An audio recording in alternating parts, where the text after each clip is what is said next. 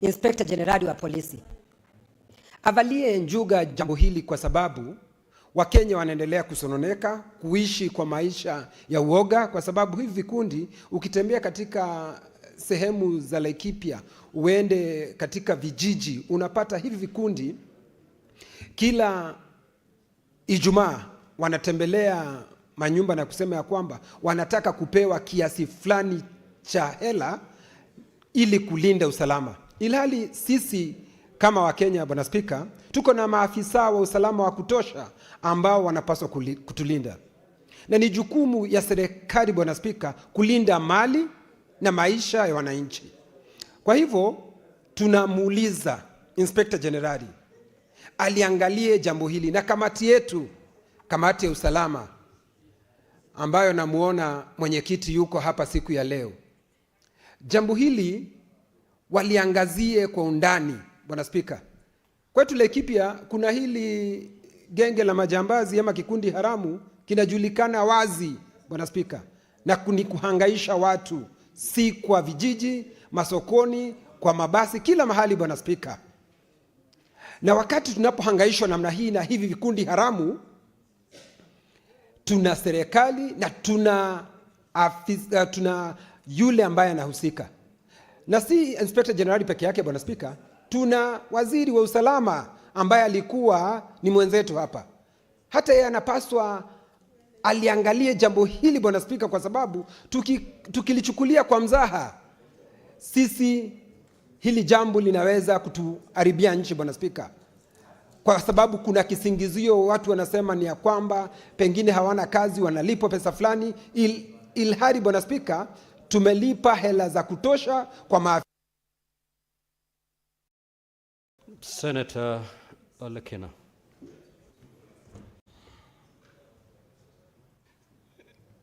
Thank you, Mr. Speaker. Mr. Speaker, I've listened to my colleagues comment on this issue of gangs as I rise to support this statement by the distinguished Senator, Senator for Kisumu. Mr. Speaker, what I've not heard is how do we tackle this problem? I've heard my colleagues pointing a finger at the police, saying the police are the ones who are failing in their jobs. The police should deal with this matter. The distinguished senator who just spoke last said that we have one of our own who is now in charge of the security docket, that he should be dealing with this thing. My concern, Mr. Speaker, is that we are missing the point. The best way to deal with the issue of gangs is for us to be able to study what is the root cause of these gangs. Mr. Speaker, from top of my head, I can think of two issues. One, which is very big, is unemployment. Number two is that unless we deal with the issue of rural and urban migration, there is no day that we'll stop having problems in Kisumu, in Nairobi, in Mombasa, in big cities, Mr. Speaker. So the first thing we must do as a senator of this republic is to be able to work with our county governments, and for our county governments to now re-engineer their CIDPs to be able to incorporate projects that can be able to provide employment to the youth. In this country, Mr. Speaker, NYS has produced best technicians, best engineers, best boiler operators. Why can't we think of a way, Mr. Speaker, that we now look at our CIDP? Mombasa County, Kilifi County, Nairobi County, look at your CIDP and say, we need now to readjust so that we can be able to end this issue of unemployment. Mr. Speaker, it is no-brainer that gangs thrive as a surrogate for jobs offering income, protection, and purpose to idle youth. If you go to Kibera today, there are so many idle youth who are there. Of course, when a gang comes, it will thrive as a surrogate, offer protection, give them jobs, and they make money.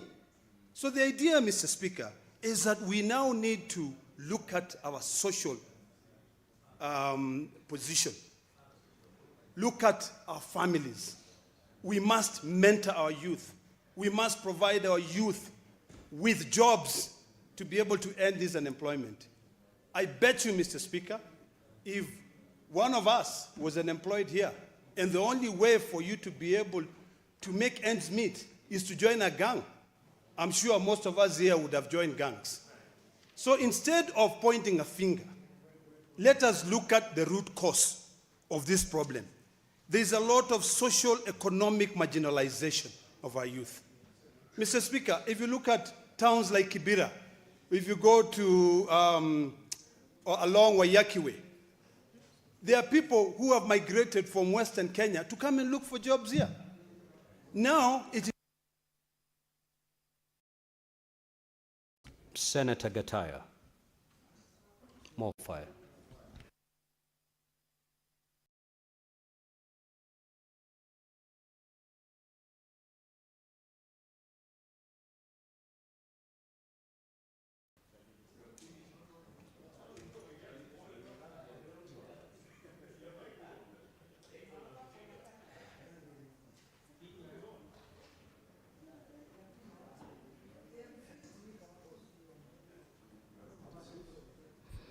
I think now I'm going to go. Honorable Speaker, I have captured the sentiment raised by Professor Counsel Tom Ojienda over the levels of insecurity in Kisumu. I think, Honorable Speaker, we have been around this country for quite some time, and we have flagged these issues for quite some time about the levels of impunity, the levels of insecurity across the country.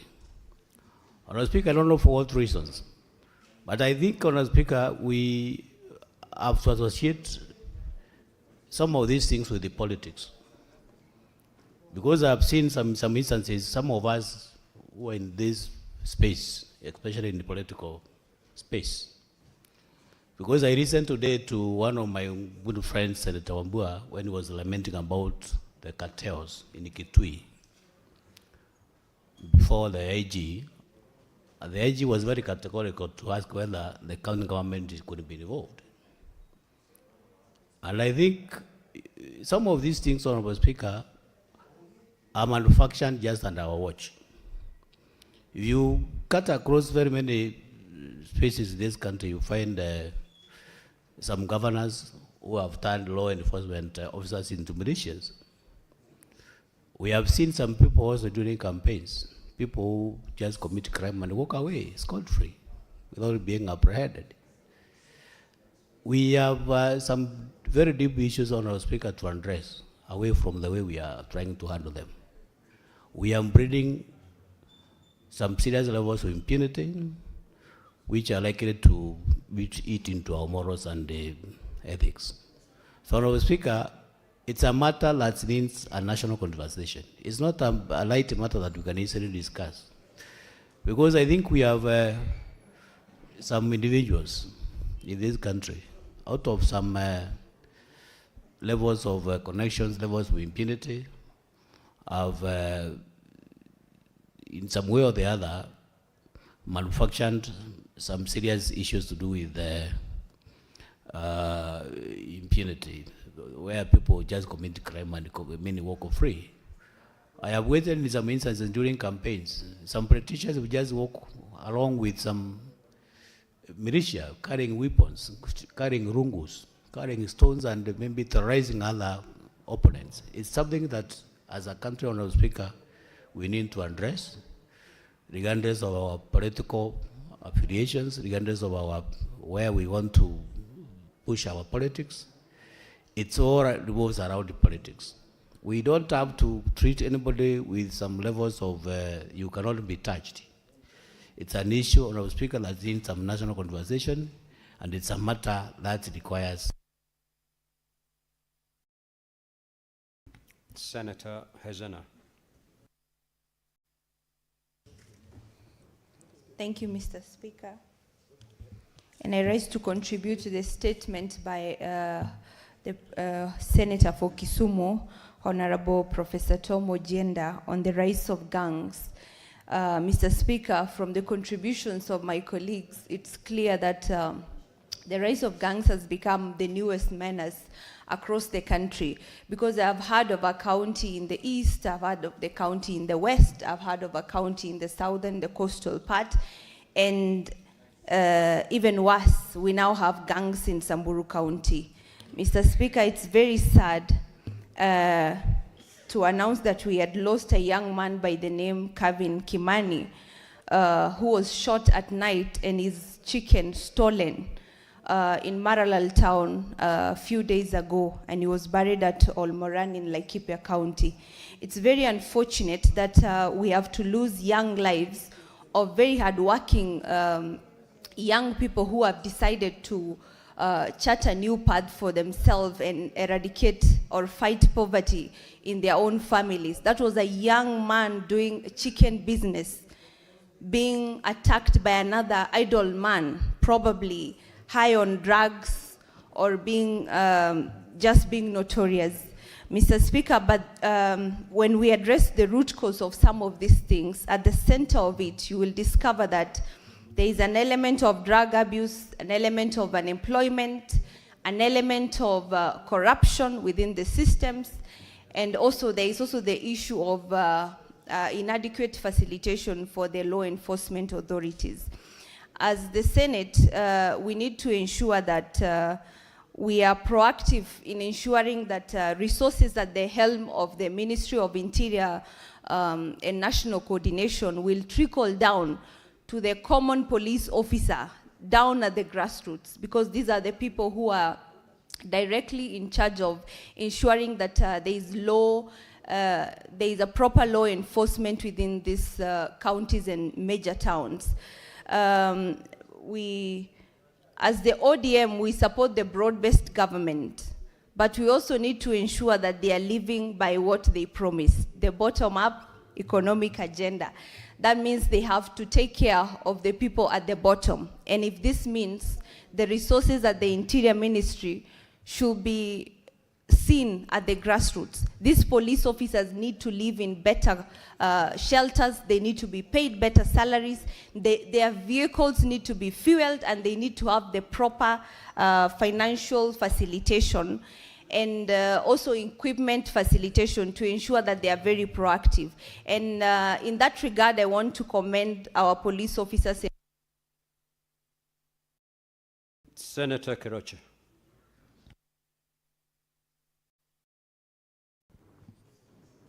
Thank you, Mr. Speaker, sir. I also rise to support the statement read by Senator for Kisumu, Senator Tom Ojenda, on the criminal guns. Nakuru is known for the criminal guns, and they've become so notorious that even now the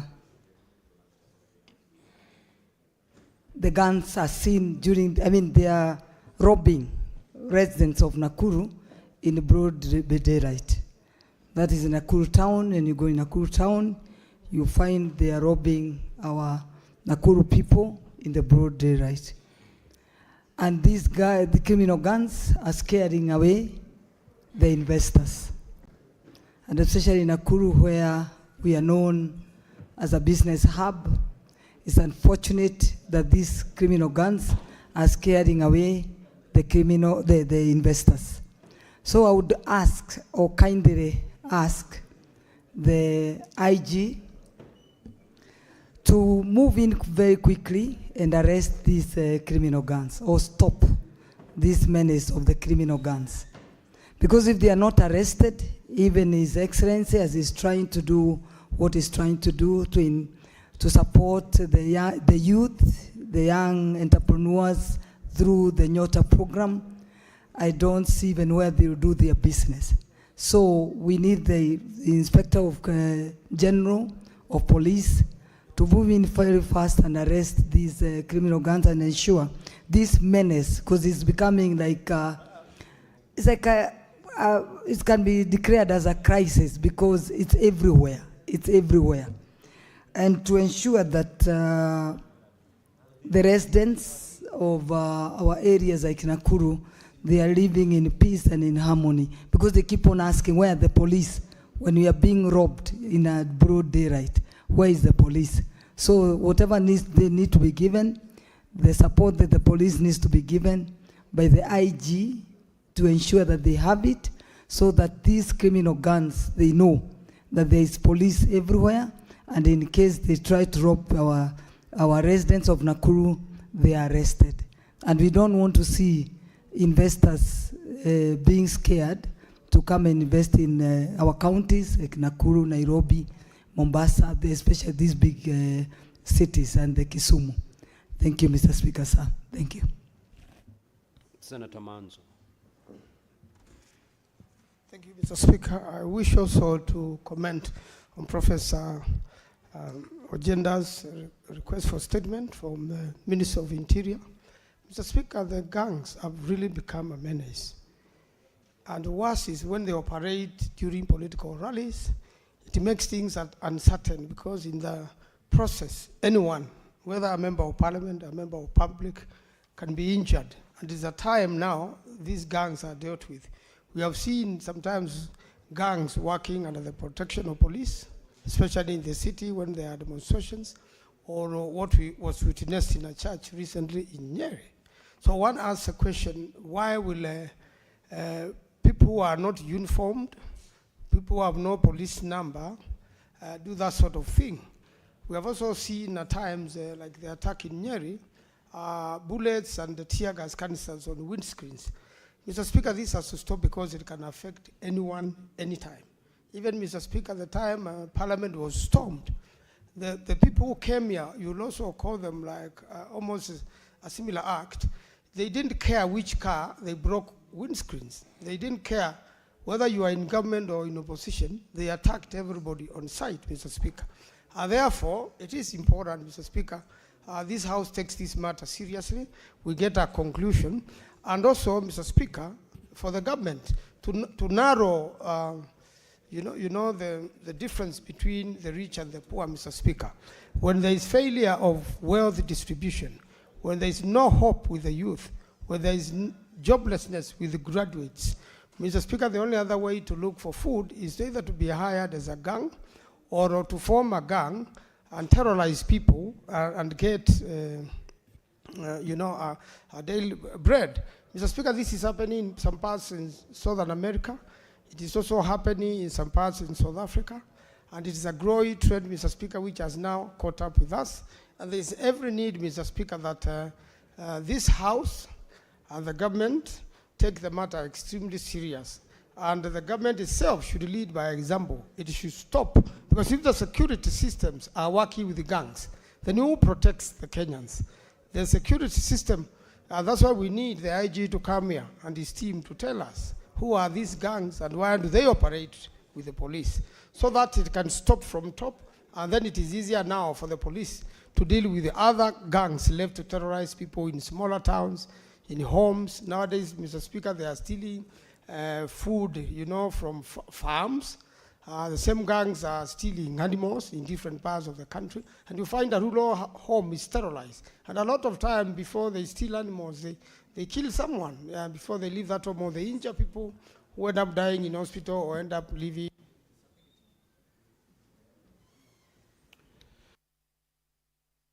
Honorable Senator Andrew Omtata.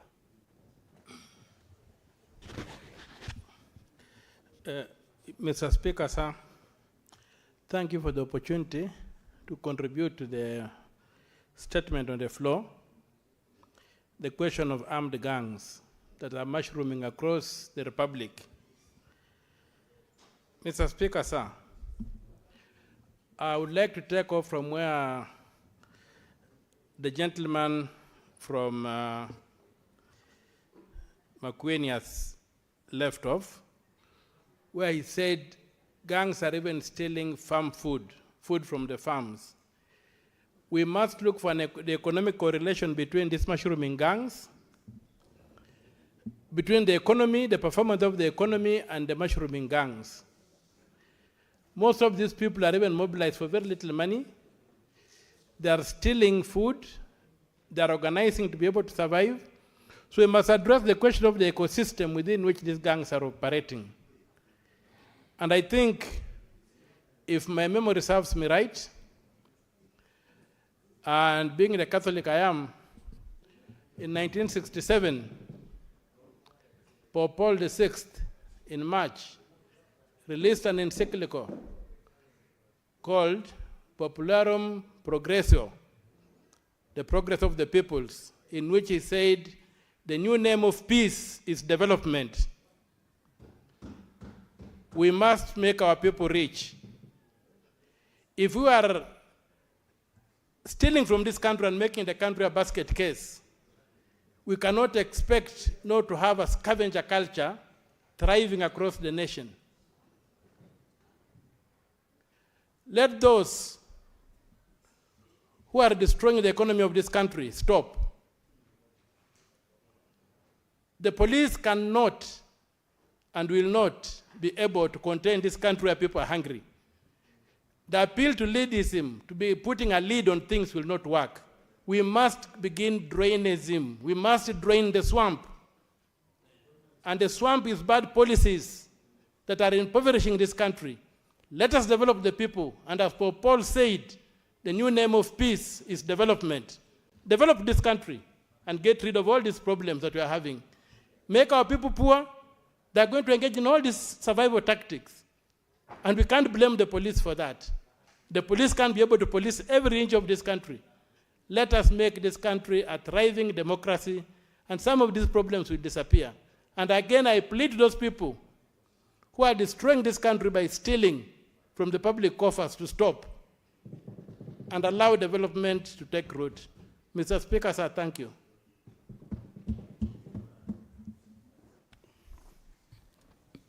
Honorable Senators, I have this communication to make. I would wish to acknowledge the presence in the public gallery this afternoon, visiting teachers and students from Kalonzo High School in Kitui County. The delegation consists of 2 teachers and 53 students. In our usual tradition of receiving and welcoming visitors to Parliament, I extend a warm welcome to the delegation, and on behalf of the Senate and on my own behalf, wish them a fruitful visit. I will call upon the Senator for Kitui County to welcome the delegation.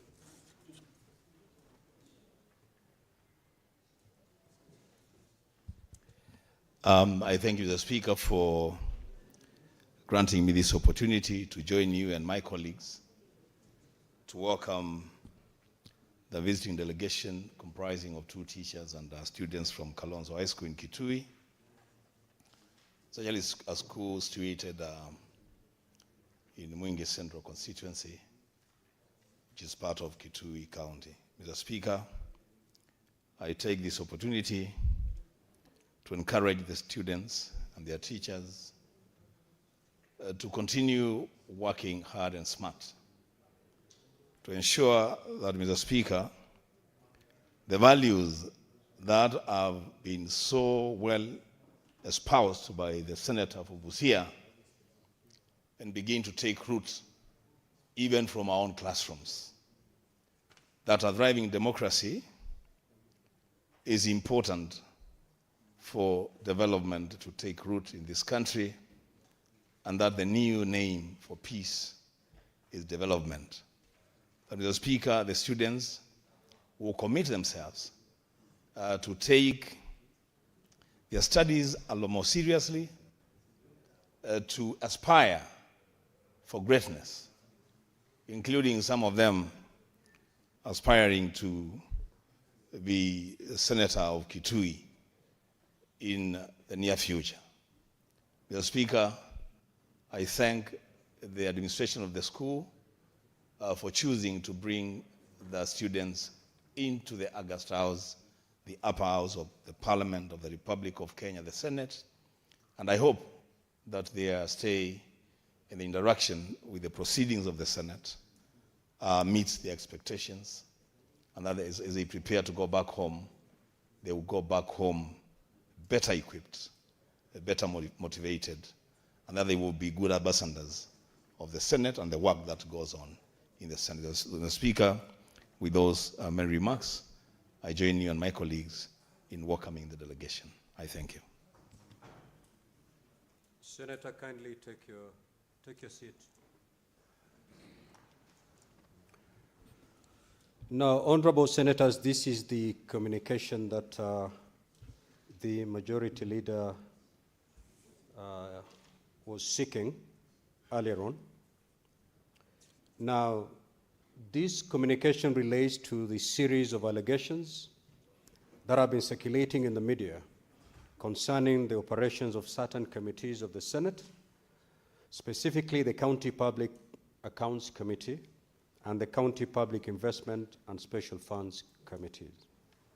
As honorable senators may be aware, this matter began on Monday, 9th of February 2026 with a press statement issued by the Council of Governors purportedly demanding for the reconstitution of the County Public Accounts Committee on the basis of claims of political witch hunts, harassment, extortion, and intimidation, allegedly involving 4 unnamed members of the committee.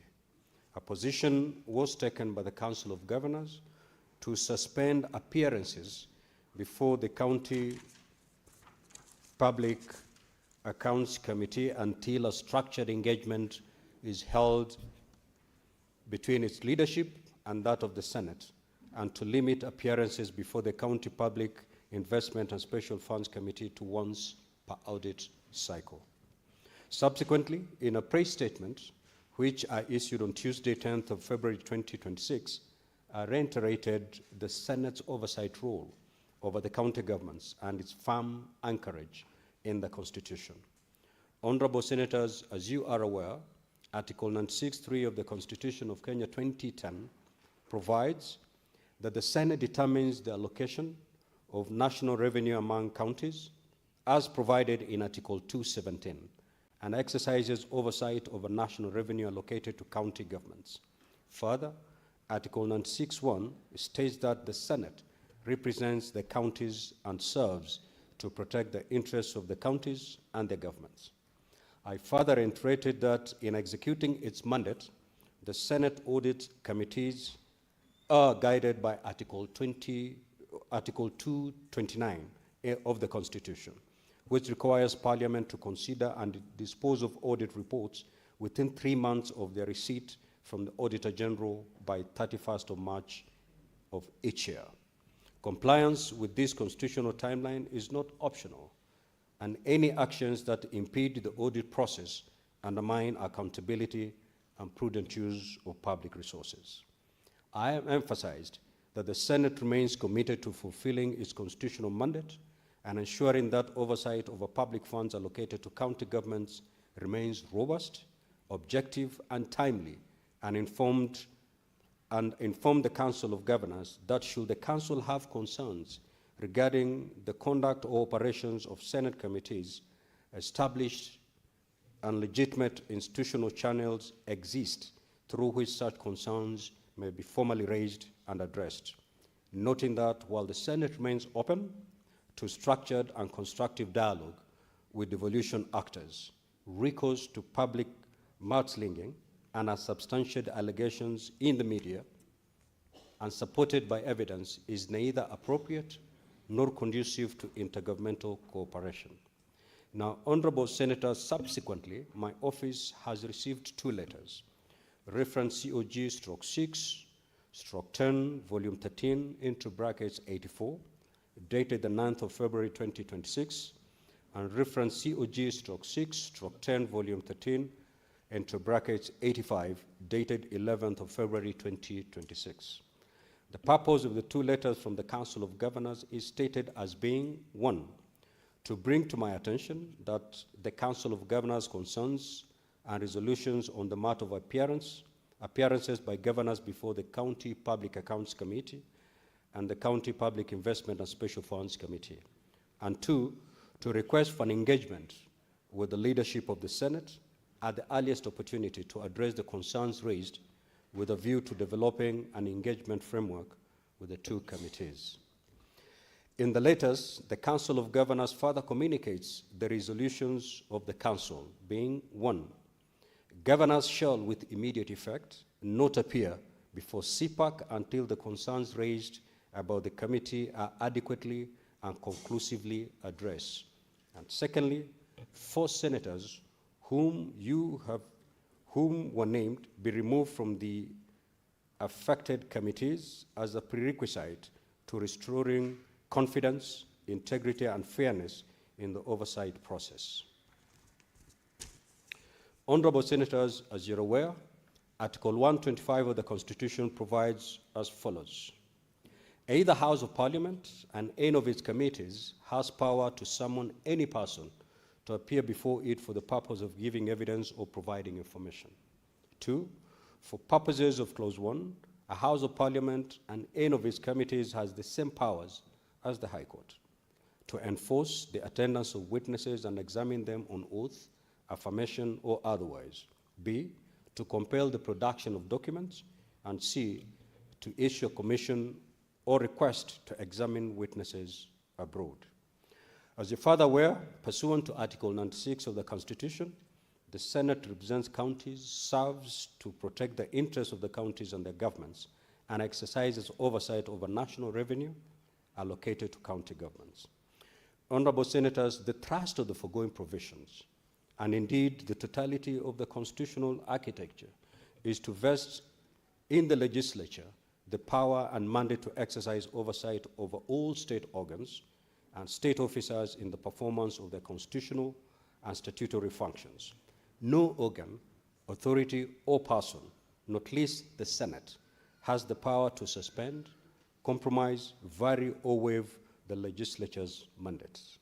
Consequently, the resolution by the Council of Governors that governors will not appear before CPAC until the concerns raised in their letters are addressed through a structured engagement between the leadership of the Senate and the Council of Governors is untenable. Equally, the resolution by the Council of Governors that governors will only appear once for every audit cycle to respond to any queries before CPAC comprehensively is also untenable. The constitutional oversight mandate is exercised by the Senate as often as whenever the Senate, in its judgment, considers appropriate, and any purported restriction or limitation of this mandate, such as proposed, is unconstitutional. This is further underlined by the decision of the High Court in the case of Hesbon Mole Agwena and Jarius Musumba and 3 others versus Nairobi City Council and the Office of the Auditor General, where the court held that the constitutional timelines spelled out in Article 229(4) of the Constitution, which requires that the Auditor General shall, within 6 months after the end of each financial year, audit and report in respect of that financial year on the accounts of the national and county governments and all funds and authorities of the national and county governments must be complied with, and correspondingly that Parliament must debate and consider such reports within 3 months after receipt of the audit report. This puts the cut-off date for the consideration of the audit reports at 31st of March of each year and severely constrains the program of the Senate watchdog committees. Article 124 of the Constitution vests in Parliament the power to establish its committees and to make standing orders for the orderly conduct of its proceedings, including the proceedings of its committees. The power to appoint members of the committees and to remove them from the service of these committees is exclusively a power of the Senate, and the Council of Governors demand that certain senators be removed from the service of any of these committees without constitutional anchor. Honorable Senators, the foregoing notwithstanding, the request by the Council of Governors for an engagement with the leadership of the Senate is consistent with constitutional requirements of Article 6, 2, and 189 of the Constitution for consultation and cooperation between the 2 levels of government, and is welcome. Accordingly, I have invited the leadership of the Council of Governors to a meeting with the leadership of the Senate to be held on Thursday, 26th of February 2026 at 10 a.m. at the Mini Chamber County Hall, Parliament Buildings here in Nairobi. In the meantime, I have made it clear to the Council of Governors that as a condition for going ahead with the meeting on the proposed date, the constitutional provisions on legislative oversight must be clearly understood to be enforced, and accordingly, any governor invited or summoned to appear before any committee of the Senate must do so, failing which the consequences provided for in the Constitution, and the law shall follow. I thank you. Yes, Majority Leader.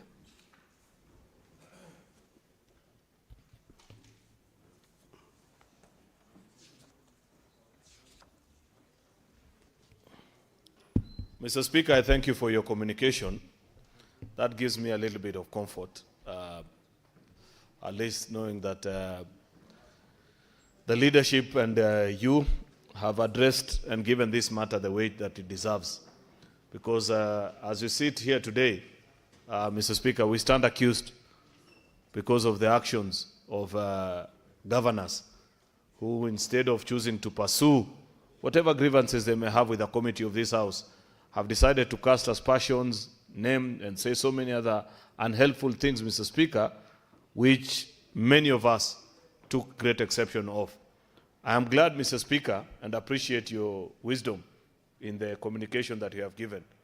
But just to provide clarity, I hope I heard you clear, Mr. Speaker, that for us to have that meeting as a leadership of the House on the 26th of February, it is pegged on the conduct of governors' continuous appearance before our oversight committees. And if any of them fails to appear, Mr. Speaker, then let the law follow its course. Because the Parliamentary Privileges Act, Mr. Speaker, as well as all other laws, provide for what you do with errant members of the public who fail to appear or honor parliamentary summons, Mr. Speaker. Parliamentary summons are equivalent, Mr. Speaker, to an order of the High Court of this Republic, and therefore can never be waived by a decision of people who are cooling breeze and enjoying themselves in Kilifi. Then they incite themselves like high school Form 2 students and say, oh, from today we can no longer appear before Senate. That cannot be entertained. Mr. Speaker, you cannot behave in an indignified manner. Then you want to address the House from all the corners of the country saying, oh, we shall come or we shall not come. That can never be waived. Not even you, not even this House, Mr. Speaker, because the Constitution sits at the apex of constitutional order in this country, Mr. Speaker.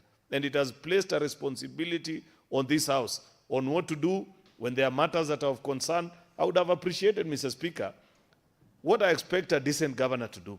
If you feel you have been harassed by a member of a certain committee, somebody has reached out to you inappropriately, Mr. Speaker, you write to the Speaker and say, I have an issue that I need to bring to your attention because you're the umpire of this House. You're the one that ensures that everything that we do, how we operate, Mr. Speaker, is in accordance with the law, statute, and the Constitution, Mr. Speaker.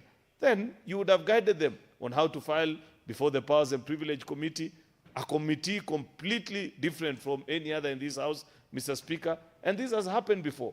It's not the first time. Last time we had mention of such incidences.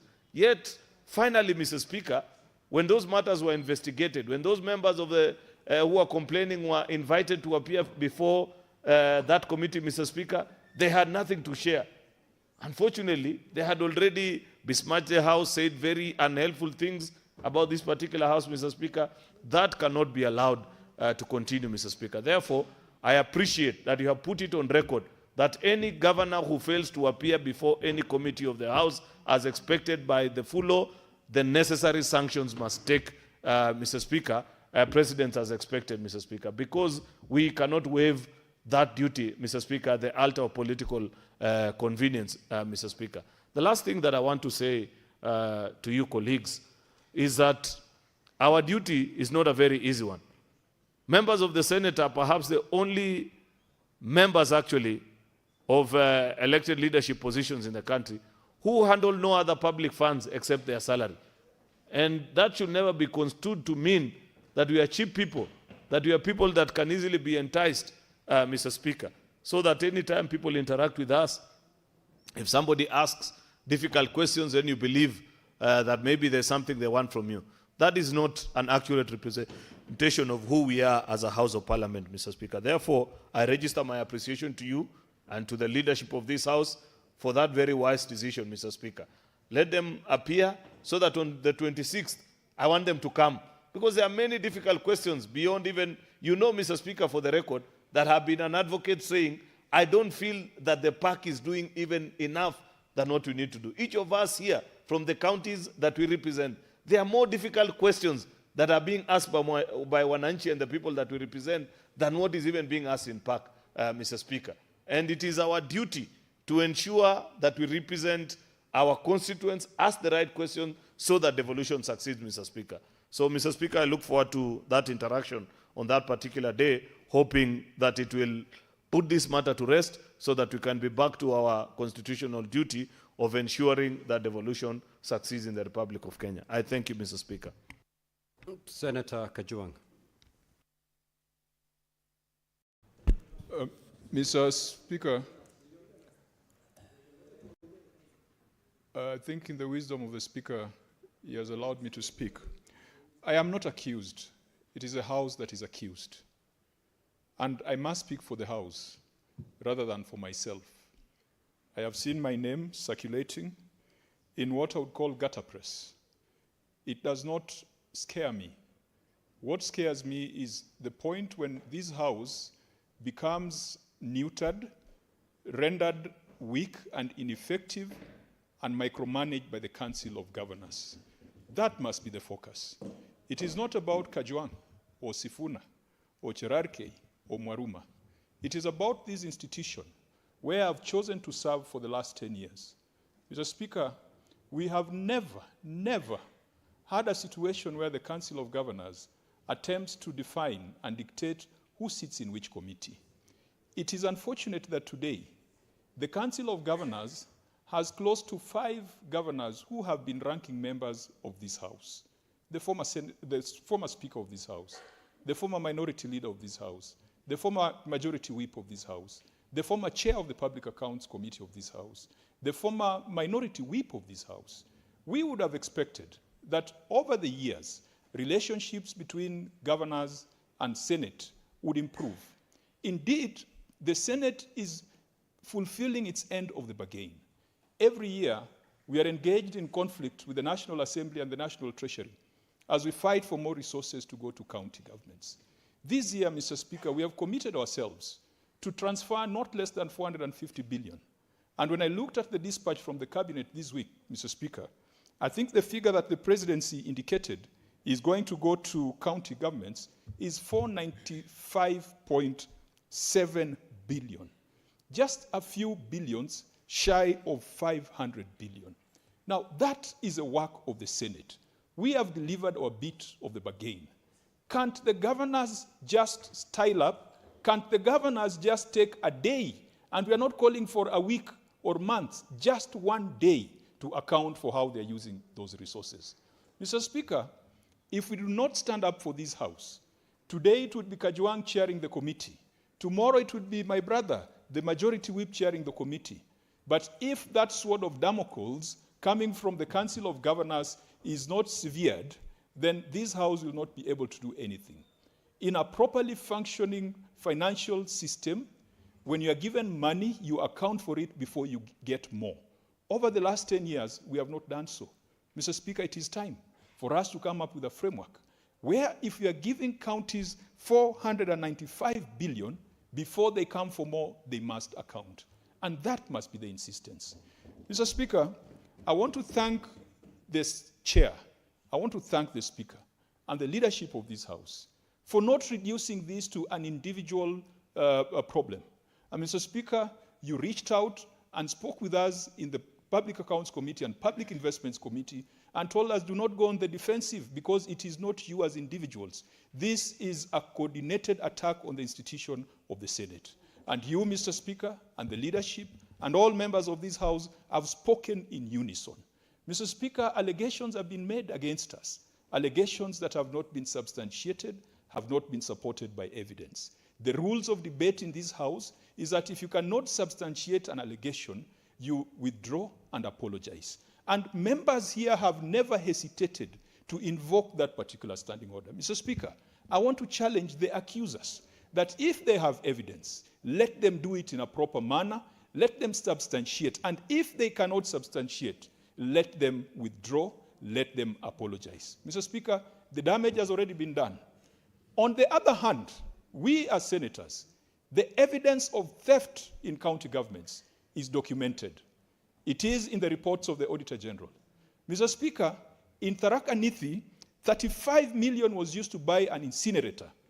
The EACC has recommended that the DPP press charges. Nothing has happened. Mr. Speaker, let's put it in context because we throw around numbers. 35 million for an average Kenyan earning 30,000 shillings a month. That is his salary for 97 years. 97. Mr. Speaker, in the county of Vihiga, 5 million spent on housewarming is not our invention. It is verifiable, it is in the audit report, it is the documents of the county.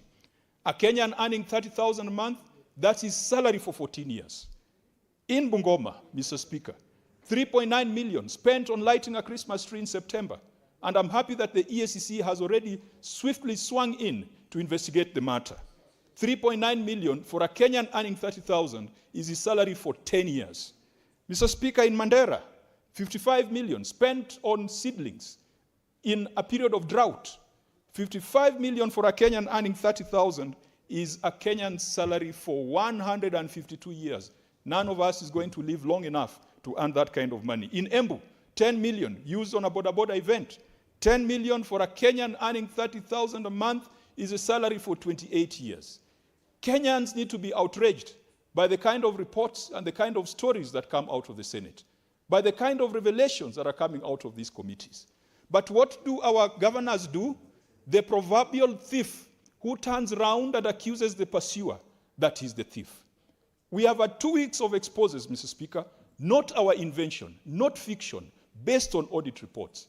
What are the governors trying to do? Deflect attention and make the Senate look like they are the thieves. Yet they are the ones with documented, where there is evidence, where there is proper reports of theft. Mr. Speaker, let me conclude by saying that I have never seen a situation where you go to court and the suspect insists on empaneling the bench. I have never seen, even in my football days, where the players decide on the referee. It cannot be that the Council of Governors want a user-friendly committee. I pray, Mr. Speaker, and I have firm conviction in your leadership and the leadership of this House, that we are not going to accede to that request. Because if it works in Parliament, today it will be the governors, tomorrow it will be the President making a call. And once they are done with Parliament, they will go to the judiciary. And the constitutional order as we know it will completely die. Let this baby not die in our hands. Mr. Speaker, I want to thank a few counties that are outliers. They have said that they have read the Constitution and the County Governments Act, and they know that when we invite them, we never invite a mongrel called Council of Governors. We sent invitations directly to governors and counties. Narok County, Mr. Speaker, appeared before my committee yesterday.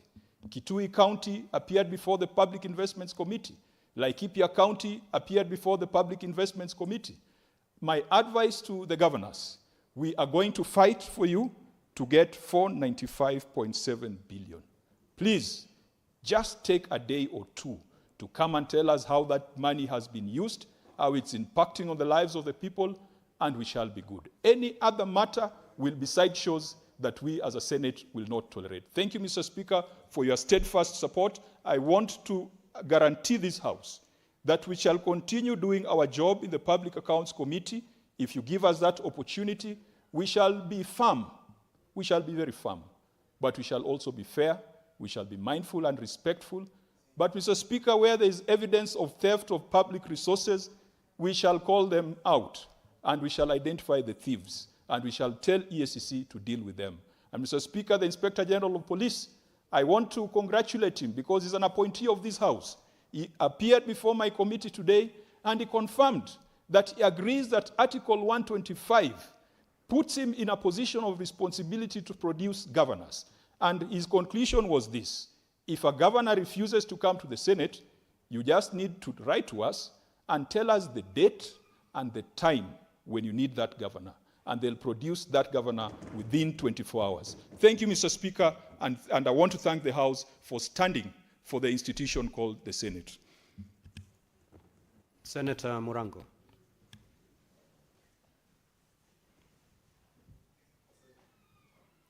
Asante sana, Mr. Speaker. Kwanza ningetaka niseme ya kwamba ni kweli kwamba yaliyosemwa na mangavana haijasemwa kwa wachache, ila imesemwa kwetu zote. Mstahiki Speaker, ukiona manyoya ujue imeliwa. Mstahiki Speaker, kitu ambayo sikuweza kuelewa ni kwa sababu walipoongea juu ya yale maneno ambayo walisema, hawakusema kama kuna kitu walipeana. Hawakuwa na shida na kusema hiyo. Lakini walikuwa na shida kwa sababu wanaitwa kuja katika kamati tofauti. Na mmoja wao akasema hata ni vizuri kukosa kuja kwa sababu ile faini ambao wanapewa inakuanga nafuu. Kwa hivyo shida yao haikuwa ni pesa, Mstahiki Speaker. Na niambie wenzangu waliotajwa ya kwamba wasijali kwa sababu ya kuzungumzwa. Sifa nzuri inakuanga ni ya marehemu peke yake. Kwa hivyo sisi tutasemwa. Kwa sababu kazi lazima tutaifanya. Mstahiki Speaker, kuna kazi ambayo tumepewa kuweza kuangalia na sana sana kamati ya uhasibu. Na unajua Murina haogopi nyuki. Kama anaogopa nyuki hakuna venye anaweza pata asali. Na kwa hivyo wakati kamati ya uhasibu inafanya kazi, msiogope kusema, atasema. Na mimi ningekwambia mwenyekiti, mtu akija amekosea, fieka. Chelagei mtu akija ameimba pesa umma, fiekelea mbali. Na kama kuna kesi itakuja baadaye, sisi ndio tutakuja kuisimamia na kuisikiza.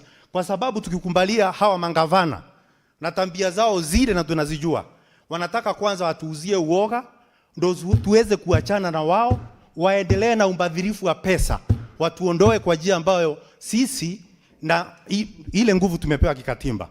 Mstahiki Speaker, unajua sana nilipoangalia wale walikuwa naongea, unajua ukienda kula chakula Mstahiki Speaker alafu upate unywele kwenye chakula, huwa inashukiwa zaidi kama mpishi ana kipara. Unaanza kujiuliza zile nywele ziko chakula zimetoka wapi?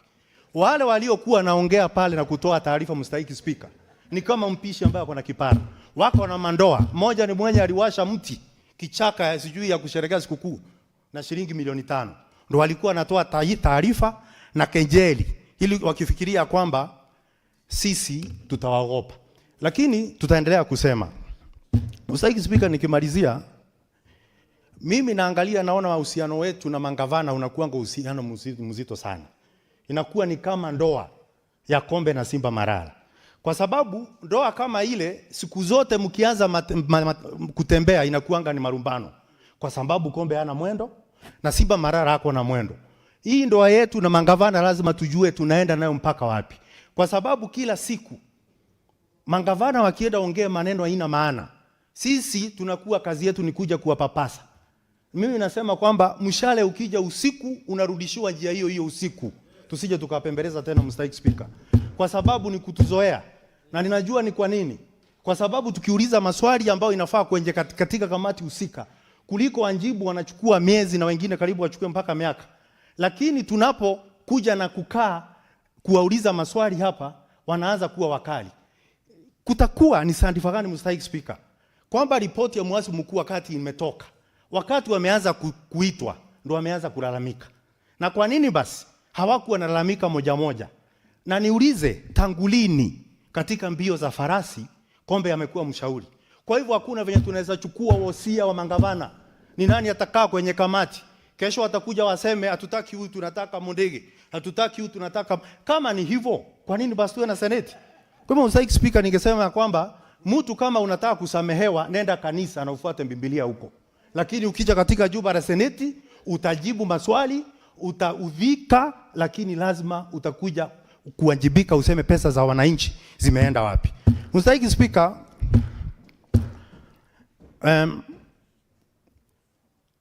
mimi nitamalizia kwa kusema kitu moja.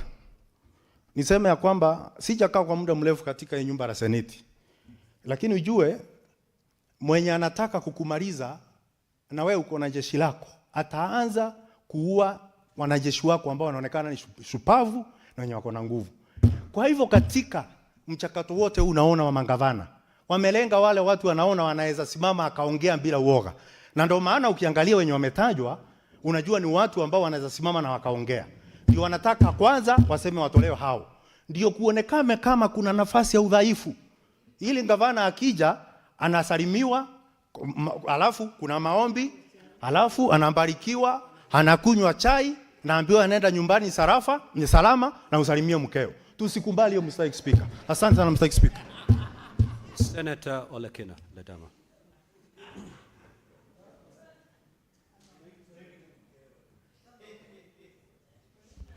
Thank you, Mr. Speaker. Mr. Speaker, let me appreciate you taking your time to be able to defend this House and for your communication. Mr. Speaker, I'm quite saddened by the position taken by the Council of Governors. A unity that will not be able to save any individual governor from accountability. Mr. Speaker, regardless of the allegation, oversight is a must. And these governors know very well that the Senate has been established by statute, by the Constitution, to be able to defend the interests of the counties and their government. Why is it that it's okay, and we are the darlings of governors, when we are fighting for them to get more monies? Why is it that it's okay for us to be able to fight among ourselves when we want more monies to go to our counties, but it is not okay for county governors to be able to come and to be held accountable? Mr. Speaker, the Senate does not audit county governors. The audit is carried out by the Auditor General. And today, Kenyans will be shocked when they hear facts. And I'll take a minute or two, Mr. Speaker, to be able to highlight certain facts which have been laid by the Auditor General on specific counties that today I've taken it upon myself to call upon the EACC and the DPP to proceed further and investigate. Number one, Mr. Speaker, if you look at the issue of Kisii County, and I'll be very candid on this, there is the issue of ongoing unsupported work expenditures and post-audit adjustments masking potential fraud. Those are not the words of my colleagues in the Park Committee. They are not the words of this Senate. That is a finding of the Auditor General. Wajir County, Mr. Speaker, there are large unsupported payments with inadequate documentation risking ghost northern projects. Those are not my words. Those are the Auditor General. Nyeri County, Mr. Speaker, there are delayed reconstructed accounts and year-end expenditures, surge suggesting concealment. Those are not my words. Those are the Auditor General. Mandera County, there is a chronological impossible payment, predated invoice, and bulk voucher without verifiables. Let's move to Busia County, Mr. Speaker. Irregular pre-audit approvals and phantom supplies disbursements. Bungoma County, and I'm particularly perturbed with Bungoma County because the current governor sitting there was sitting in the chair, Mr. Speaker. The auditor has cited serious issues, including split transactions to evade threshold and repeated vendor overpayment. Mr. Speaker, if you go to Embu County, which my colleagues have already alluded to, there are specific issues to do with cash control lapses and unverified advances in service delivery. Let's move to Homa Bay County. Let us all be candid today. There is disputed bursaries, health allocation denied by the end beneficiaries, Mr. Speaker. If you go to schools, the teachers will say, we did not receive those bursaries. You go to health facilities, they'll say, we did not receive that money. Let's go to Vihiga County, Mr. Speaker. There is missing project files and adjustments, heavy bursaries and work programs. And now, icing on the cake, Tharaka Nithi. There is sequential voucher alteration, post-submissions to cover malfeasance or wrongdoings, Mr. Speaker.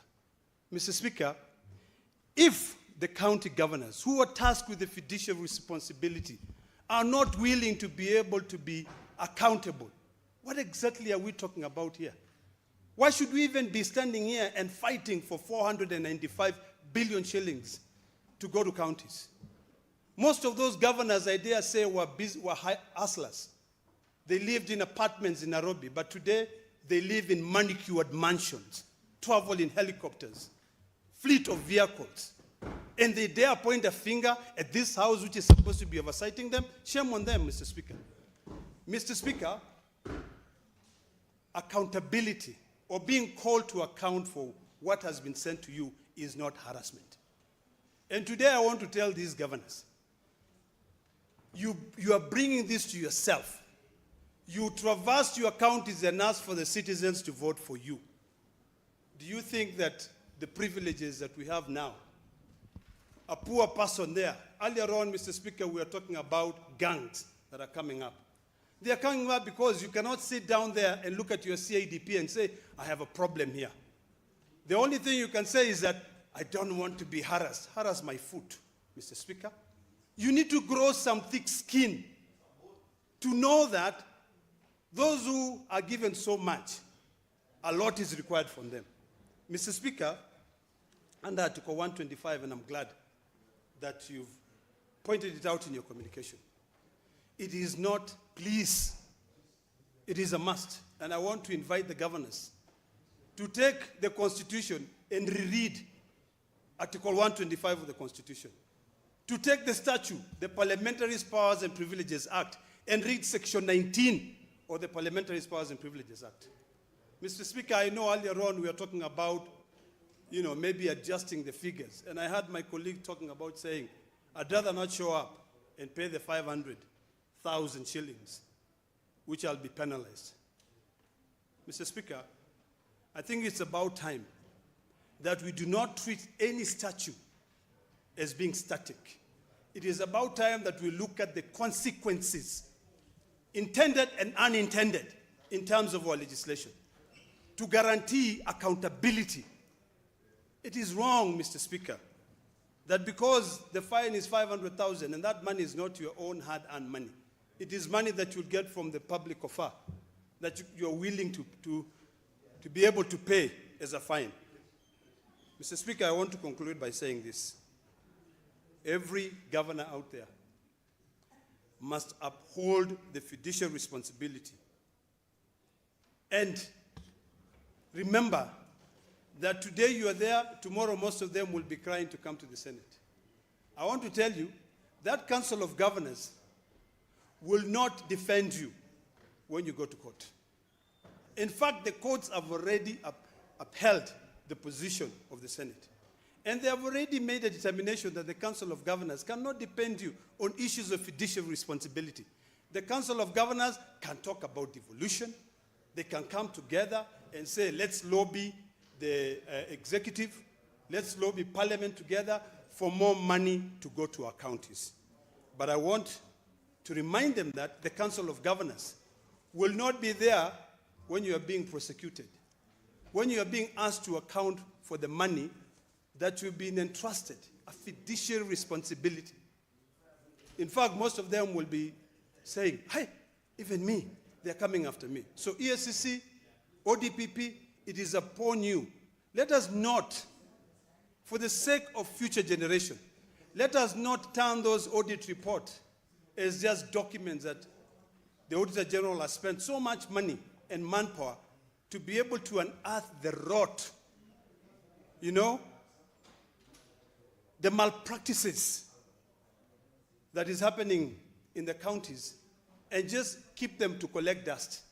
Let us now take it upon ourselves to make sure that we call these governors to account. And Mr. Speaker, as I sit down, I want to thank you for reiterating it. And I want to spell it out, that the only time that we will be willing to sit down and discuss issues to do with accountability, issues to do with treatment, maybe making sure that when you appear, we don't waste so much time, we deal with your issues, is when you continue attending to this session. Senate itself cannot stop you from coming. This is a constitutional requirement that you must respect. Thank you, Mr. Speaker. Senator Kathuri.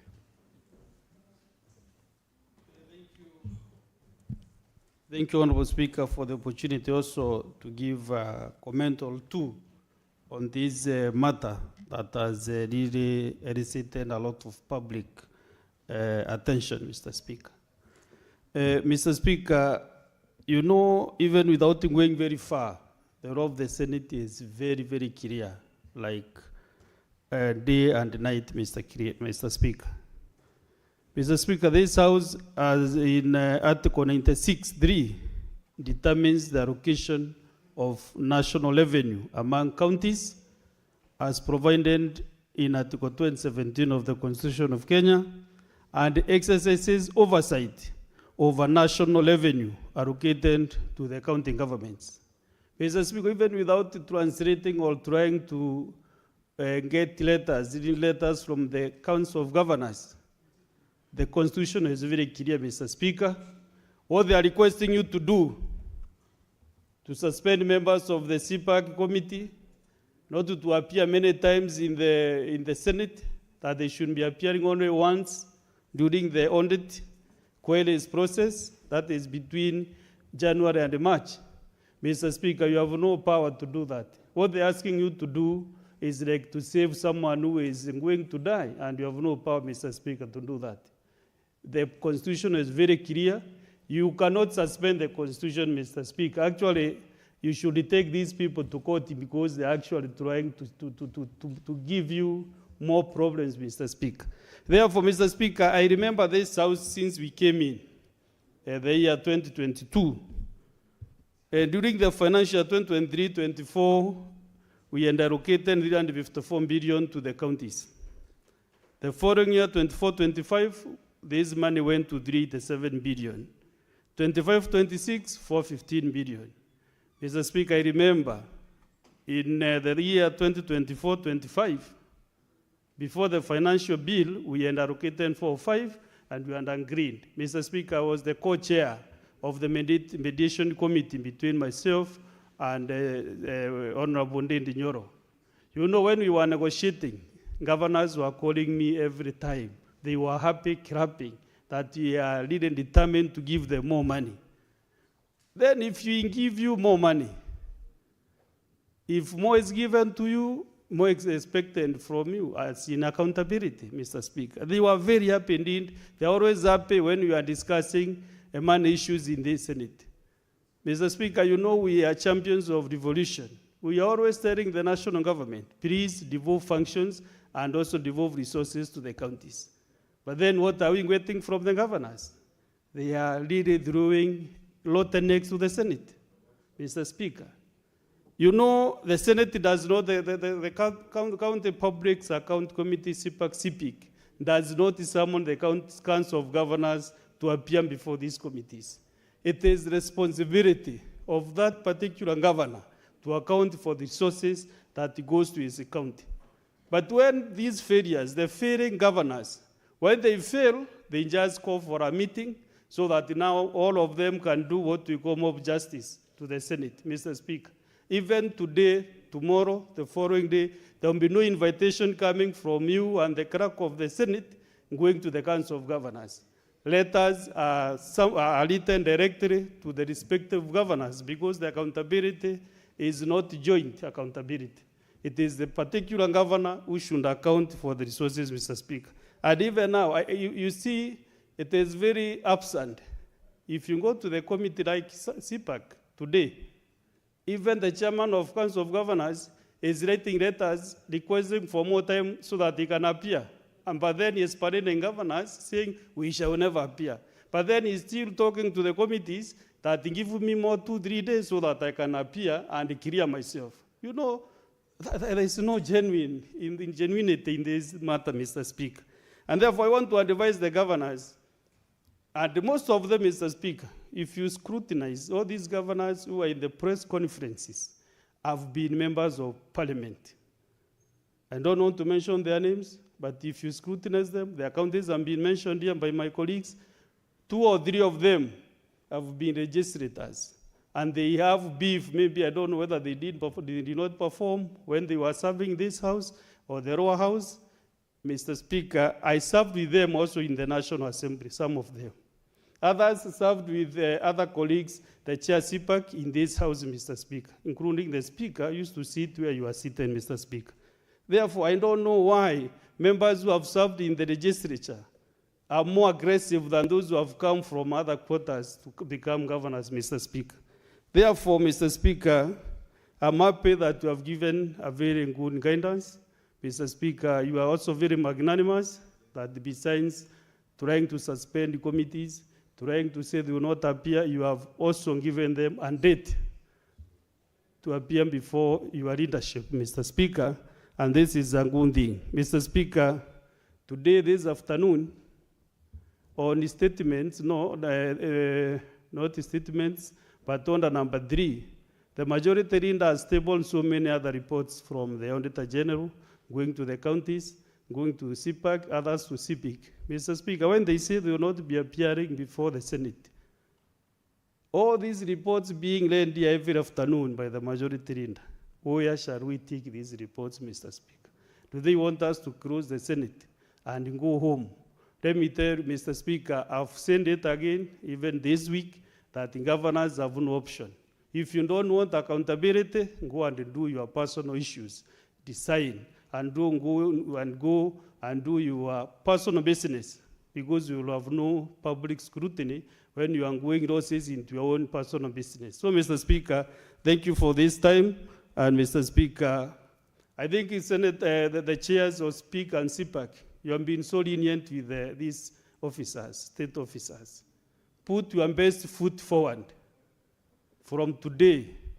Just bring reports. We have been asking you, the chairs, why don't you give us the governors who have misused public resources? Every audit cycle, even after March, the deadline, just table your report here.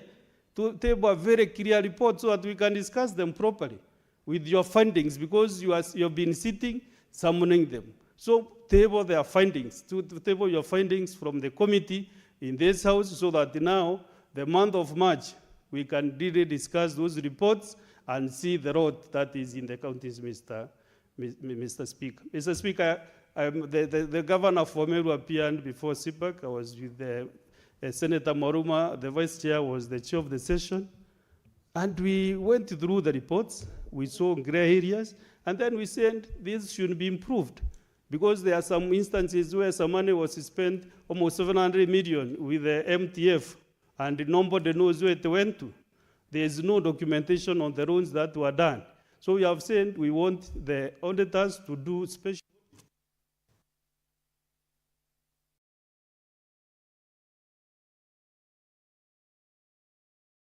Honorable Senator, you have done 10 minutes.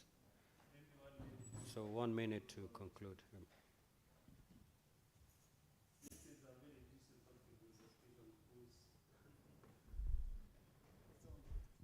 Honorable Speaker, sorry, but this is a very juicy topic, because that is why we were elected by the people we represent, Mr. Speaker, to take care of the country. So I was saying, chairs, please let us have very clear reports after this, so that we can be able to scrutinize your findings after the March 30th. Thank you very much, Mr. Speaker, and thank you again.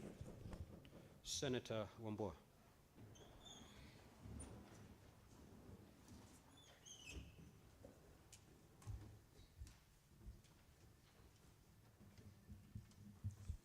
I thank you, Mr. Speaker. Mr. Speaker, I want to also join my colleagues to congratulate you for the bold decision and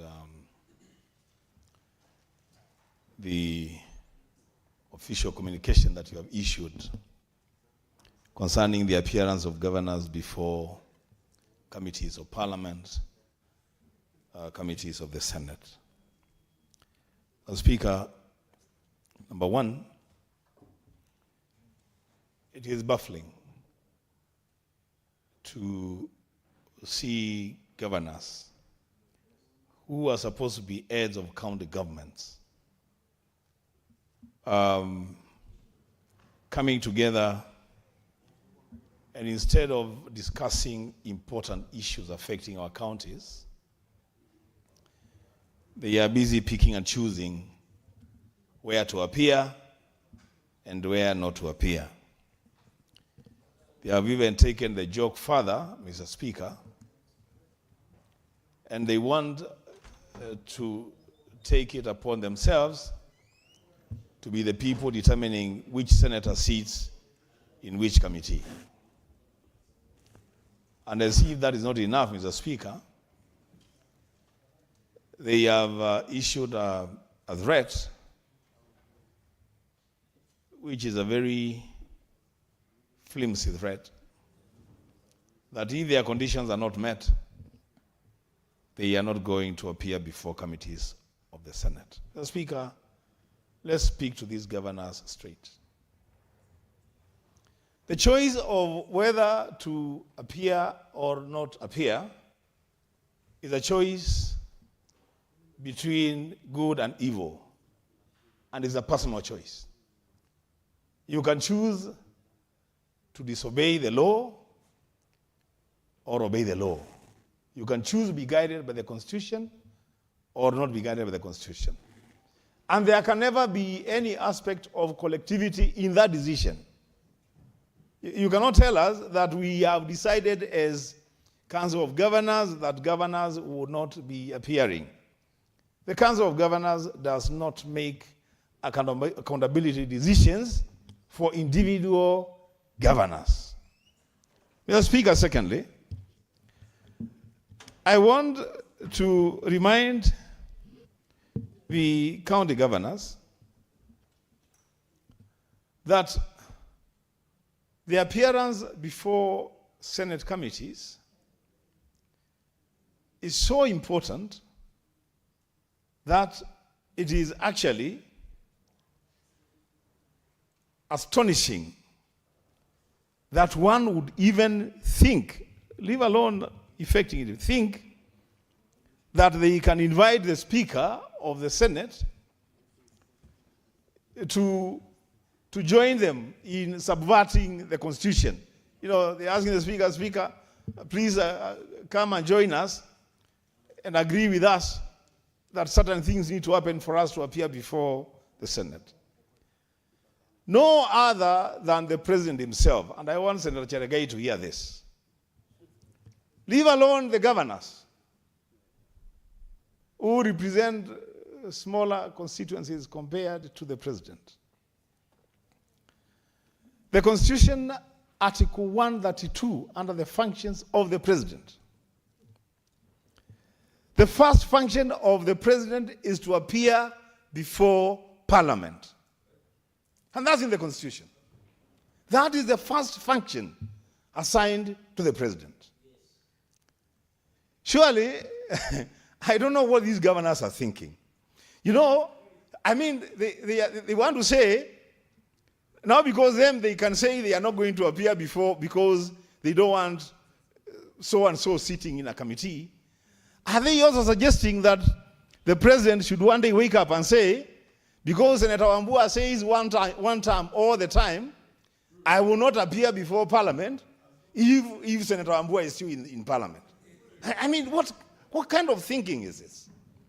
What kind of thinking is this? Governors, wake up and smell the coffee. This is not a suggestion. And we are not even pleading with you to appear. Honestly, Speaker, we shouldn't plead with any governor to appear before a committee of Parliament. If they choose not to appear, then so be it. So be it. Because what we do ourselves as senators sitting in committees of Parliament, especially the oversight committees of CPAC and CPIC, the Constitution is very clear. Ours is just to consider and debate the report of the Auditor General. That's all we are called upon to do. And Mr. Speaker, I keep asking myself, if and when a governor appears before a committee, and the report of the Auditor General says that this governor has spent 5 million Kenya shillings for a housewarming party, what are we as senators expected to do? Are we supposed to overlook that report? Or are we supposed to clap for them for spending that money for a housewarming party? When a governor says that we have spent 10 million Kenya shillings from CAIB to do a border event, And it is in the report of the Auditor General. What am I, a member of the committee, what am I supposed to do? Tell the people of that county that that money was used prudently? When a governor, Mr. Speaker, appears before a committee of the Senate, an oversight committee of the Senate, and in their own words, they admit that it is true that they have employees who are working long after their contracts have expired. What are we supposed to do? Now, Speaker, what I'm trying to say is, for us as a Senate, we shall be guided, and we shall base our interrogation on the reports that we receive from the Office of the Auditor General.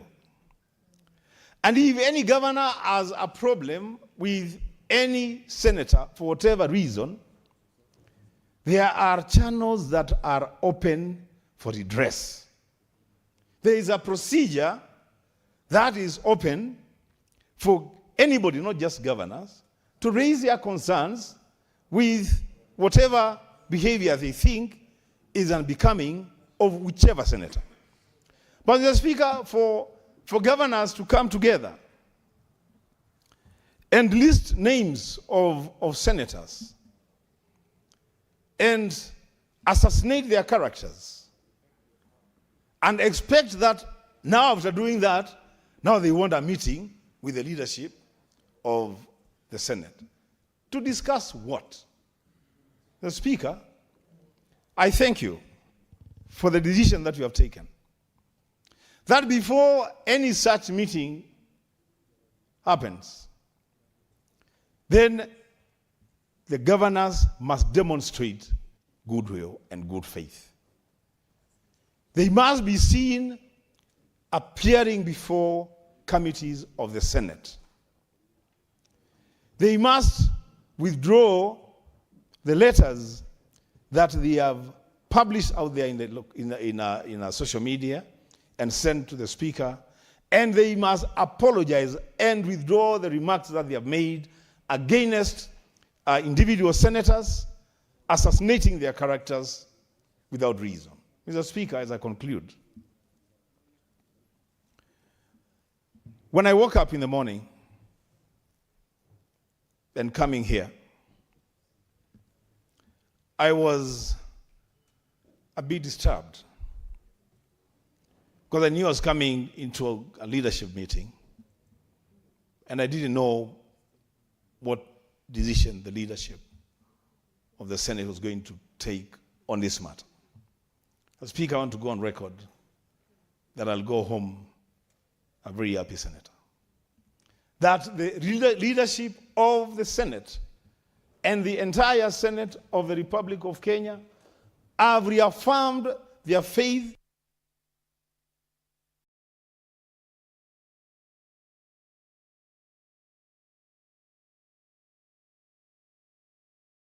Your colleagues have really queued. You see the traffic flow coming to to the chair, because they really want to speak on this. But give him 30 seconds just to put the full stop. Mr. Speaker, 30 seconds. Why now, Mr. Speaker?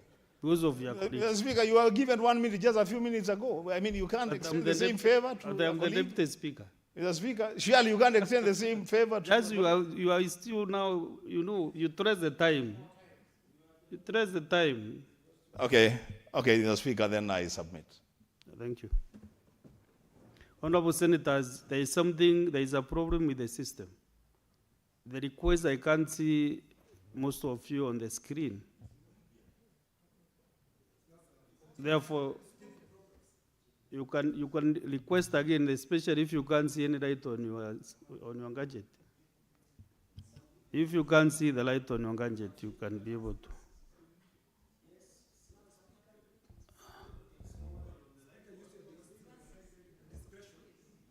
Okay.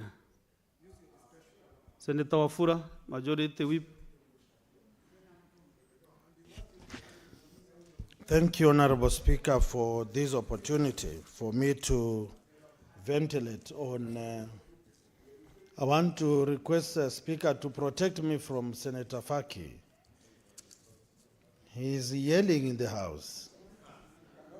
Honorable Speaker, I want to weigh in on this matter, where governors are behaving like there are no rules and a constitution in this country. Honorable Speaker, I watched them talk yesterday, and I thought we have no government. I thought we have no Senate. I thought the citizens of this country have gone to the nearby countries as tourists.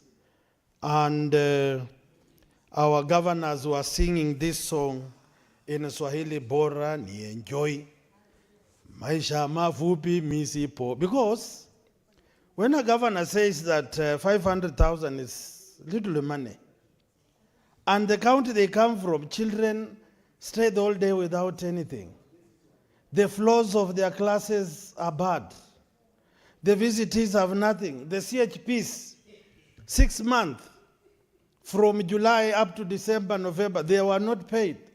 And some young man says that that is little money. It is an insult to Kenyans. When you look at, Honorable Speaker, where an accused officer is just asking a cockroach to dictate if it is a duck, a hen, or a turkey to adjudicate its case. It can't happen. They must come and be accountable to the people of Kenya. It is sad, Honorable Speaker, to note that some of these counties, when you visit, looking at the bills that they incur, you realize that some of the workers on contract for over 10 years, their gratuity has never been paid. And when you ask these people where the money is, they can't tell. When you ask some of these people, when was the last time your workers were promoted? They can't tell. The real workers are not promoted, but the people in the line ministries are promoted. It is bad manners, Honorable Speaker. When you look at some of these people, Honorable Speaker, visit to their hospitals, the county hospitals we have been visiting as a health committee, they have no drugs. The mortuaries are bad. We have people who are held hostage because they can't pay bills. And yet they are here saying they can't be held accountable. We were checking, Honorable Speaker, the running of hospitals under Mheshimiwa Soti. It reaches a time when they simply switch off systems and they resort to collect monies as if they are collecting love offerings in church. And when you look at the books of accounts, monies in and monies into the county revenue fund, the monies do not match. They don't want us to ask those questions. When you look at how they purchase fertilizer and farm inputs, and the way they distribute these things, when you ask them, do you have a farmer's inventory to dictate how you're going to distribute these things? They don't have. But they are busy behaving like benevolent dictators in this country. The law must be followed. This must be held to account. Honorable Speaker, we were looking at the books of Bungoma. How can you fail to surrender or remit statutory deductions of workers for very, very many months? And yet you want to go back to the controller budget and ask that they give you another allocation to pay? We will not accept this. So we are asking the governors of this country that you are here for a period and a season. Do what you ought to do and give us peace as Kenyans. Someone, Honorable Speaker, was telling senators, if Mheshimiwa Kajwang, if senators go out in counties, to counties, it's called county tours of oversight. Then a governor tells you as a senator, you have no right to inspect programs and projects on the ground. He is simply telling you, you are not a voter, you are not a Kenyan.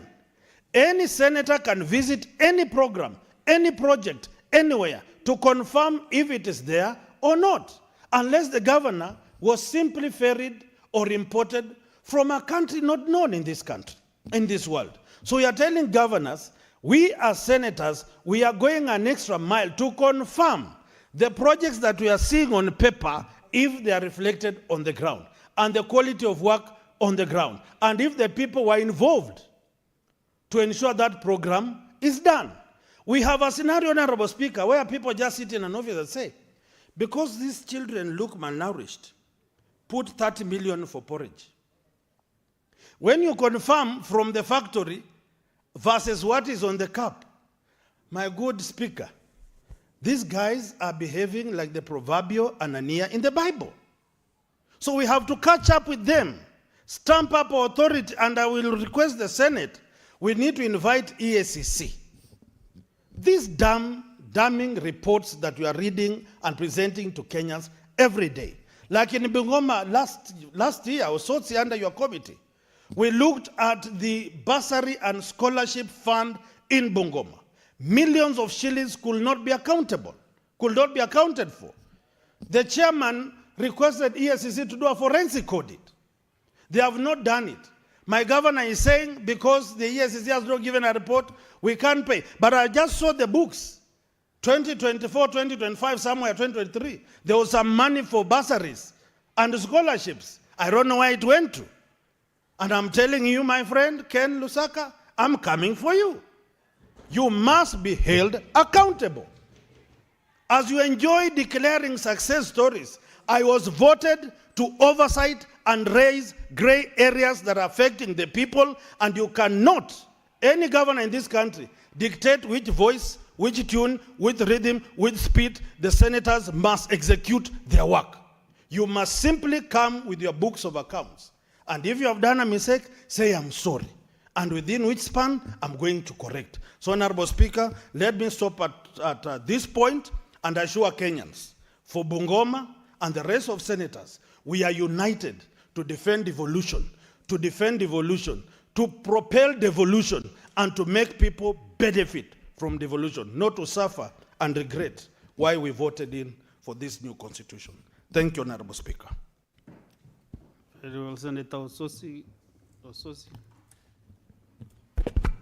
Thank you, Mr. Speaker. Mr. Speaker, as I sit here, I am surprised, and I want to say it's unfortunate, that instead of governors decorating this Senate and celebrating this Senate for the good work that this Senate has done, they are coming out to condemn the Senate. Mr. Speaker, I will explain why.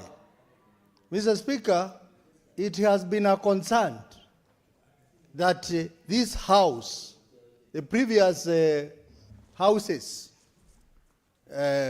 were actually examining audit reports for the governors who had left office. We were like 4 years behind. When we came in, we were doing 2018 financial year, 2017-2018 financial year. But, Mr. Speaker, these two committees of the Senate, the PAC committee and the PIC committee, have worked so hard, Mr. Speaker, to ensure that we are now current. Because now we are working on 2024-2025 financial year, which is the current one. Mr. Speaker, when you see governors are complaining and getting worried, it is simply because this House has worked so hard to ensure that we are dealing with the current report and we are dealing with the governors to respond to the issues while they are in office, not to come and respond to the issues of the previous governor who was there.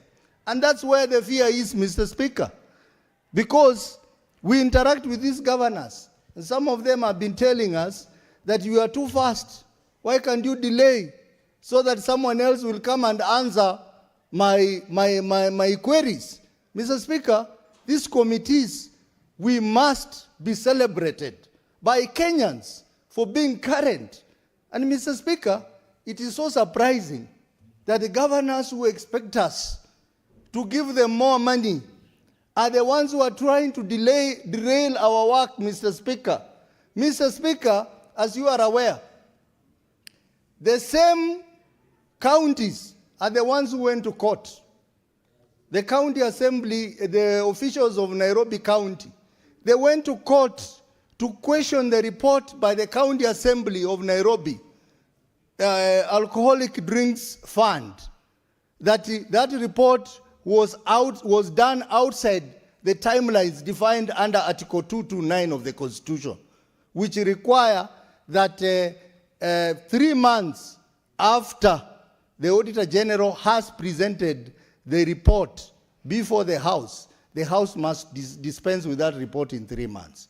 Mr. Speaker, as a result of that court ruling, the Speaker of this House directed that we must comply with Article 229 of the Constitution. And this House had done so well. Mr. Speaker, members of these two committees have been here since January, second week of January, trying to deal with this report so that they beat the deadline. And the governors have been busy going for holidays, going for retreats, lying beside the beaches as we work, only to come out and start saying that the senators are harassing them, are extorting money from them. Mr. Speaker, this tells you how the priorities in our county is misplaced, Mr. Speaker. Mr. Speaker, I want the governors to understand that if this House complies with Article 229 of the Constitution, it means it will be up to date.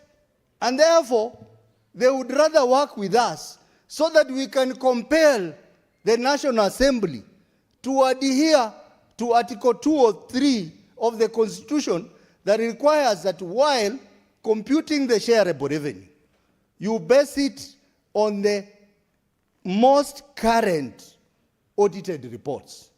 That cannot be done if they don't support us.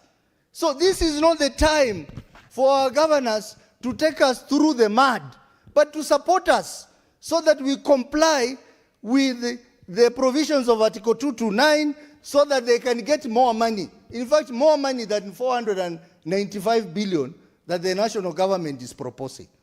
Mr. Speaker, I want to say that in my committee, the Committee of PIC, we have noted numerous issues in our counties.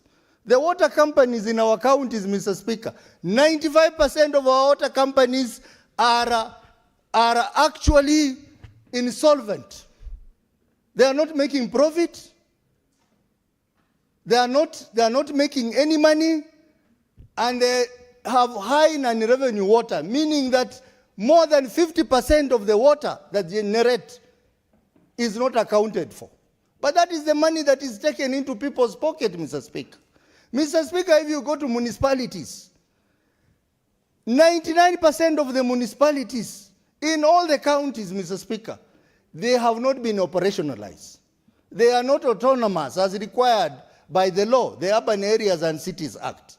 The governors have been appearing before us year in, year out, and they promise they are going to do something about it. But when they come back, they have done nothing, Mr. Speaker. And Mr. Speaker, this House every year appropriates money, the county additional allocation money from World Bank to support these municipalities. And this money is not accounted for, Mr. Speaker. Mr. Speaker, if you look at the funds established in counties, most of the funds that have been established in counties are conduits for corruption, Mr. Speaker. Mr. Speaker, notoriously, there is a fund called Enterprise Fund, where they put in money and they cannot account for that money. They cannot tell you who they have given those loans. And they cannot tell you how they are going to recover. Nearly all the counties. Bursary fund in our counties, Mr. Speaker, the money that is supposed to be helping our children, most of that money is misappropriated, Mr. Speaker. Mr. Speaker, if you look at the hospitals, Mr. Speaker, most hospitals that we review the audit reports, they have issues of accountability. These are the issues that we raise, and governors, all they can say is that we are harassing them. All they can say that we are intimidating them. Mr. Speaker, I am happy they are complaining. They are complaining because Senate is doing its job, Mr. Speaker. We are making them accountable. We are stopping them from stealing, Mr. Speaker. And I want all Kenyans to hear us very loudly that indeed Senate is working for the people of Kenya.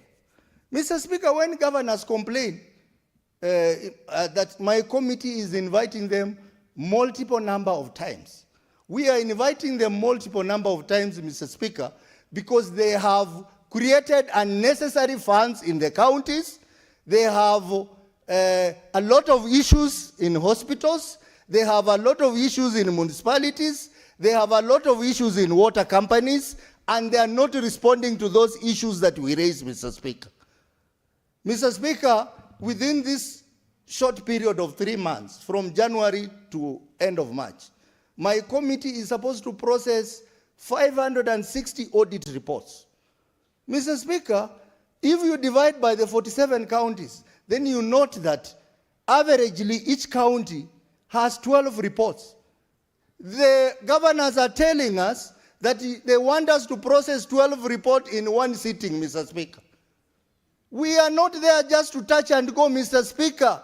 We need to interrogate issues which are in those reports. And we came up with a formula and said, because of the need to beat the deadline, we will do 4 reports per sitting. And therefore, each county is supposed to appear before us 3 times.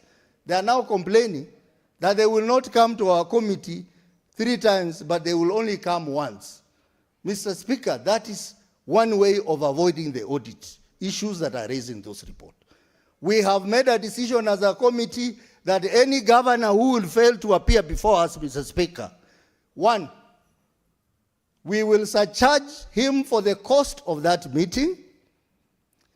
2, we will adapt the report of the Auditor General as it is and recommend prosecution of the officers involved where there is misappropriation of funds. Mr. Speaker, a significant number of counties have not been complying with the Public Audit Act that require that they submit financial statements. And the law says if you do not submit financial statement, then 3 things can happen to you, Mr. Speaker. 1, imprisonment for 5 years, or a fine of 5 million, or both. We have been very lenient on this, Mr. Speaker, because we want to have mutual engagement with the governors. But now as a committee, we have now decided that any county that has not submitted financial statement to the auditor for audit as required under PFM Act and Public Audit Act, we will apply the law. We will imprison those accounting officers. We will fine them 5 million. Moving forward, Mr. Speaker. Mr. Speaker, I also want Kenyans to understand that the Senate makes recommendations for investigation and prosecution. But our 2 constitutional offices, EACC and ODPP, they need to do their job. We need to see them taking people in so that we don't have these people playing around with us. They know that we will make recommendations and then they play their games around EACC and avoid the law, Mr. Speaker. Mr. Speaker, one of the things that we need to do is to call the EACC to appear in the committee of the whole House to explain to us why they are not taking our recommendations, why they are not investigating, and ODPP, why they are not prosecuting the governors involved, Mr. Speaker. Mr. Speaker, this is a very serious matter, and I want to recommend that now that we are working so hard, the 2 committees, to process the reports for 2024-2025, I would request, Mr. Speaker, in the Senate Business Committee, the last 2 weeks before the deadline of 31st, we spare that time to discuss the audit report for each county. We have adequate time, Mr. Speaker. We can suspend everything else, Mr. Speaker, and deal county by county, so that the members, you can appreciate the kind of plunder that is happening in our counties, the kind of mismanagement, the kind of violation of the law that is happening in our counties.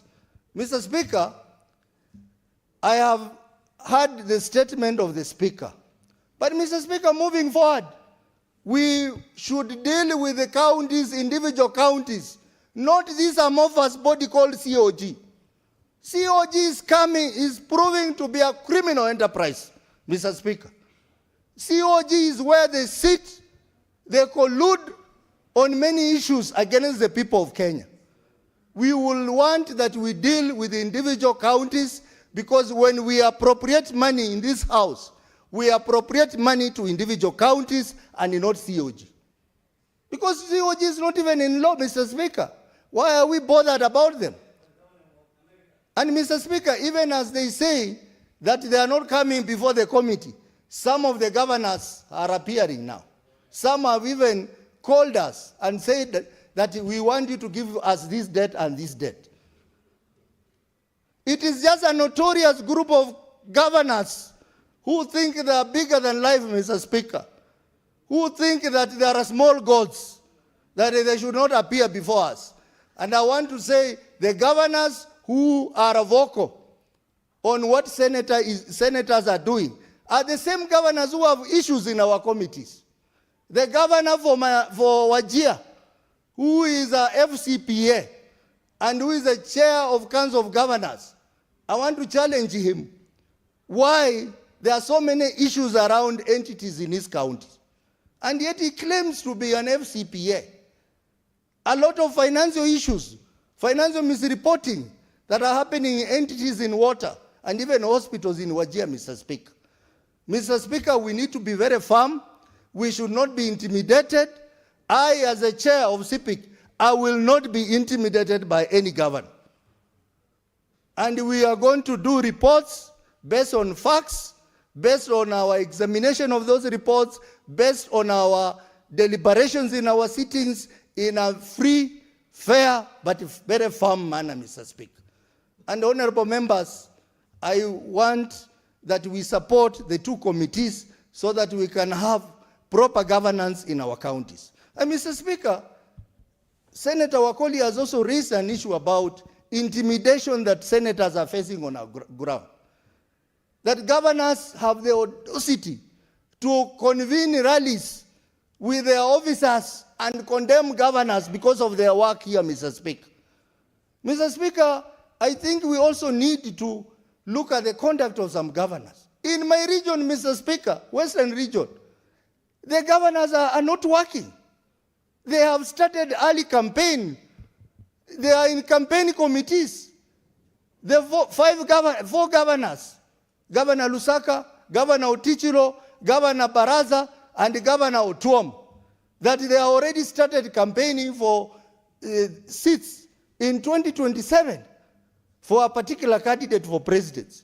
Using county money, Mr. Speaker. Mr. Speaker, this will not be tolerated, and senators from the region, we have said, we will not allow you people to use county money to campaign this early. Focus on delivering services to the people of your respective counties, Mr. Speaker. Mr. Speaker, I would like to urge the governors to work very closely with senators, because we are the ones who appropriate money to you. You cannot appear like you want to fight us. You cannot appear like you want to intimidate us. You cannot appear like you want to tell us when to come and when not to come. And it's very sad, Mr. Speaker, that some of the governors who are promoting this kind of practice have been senators here, Mr. Speaker.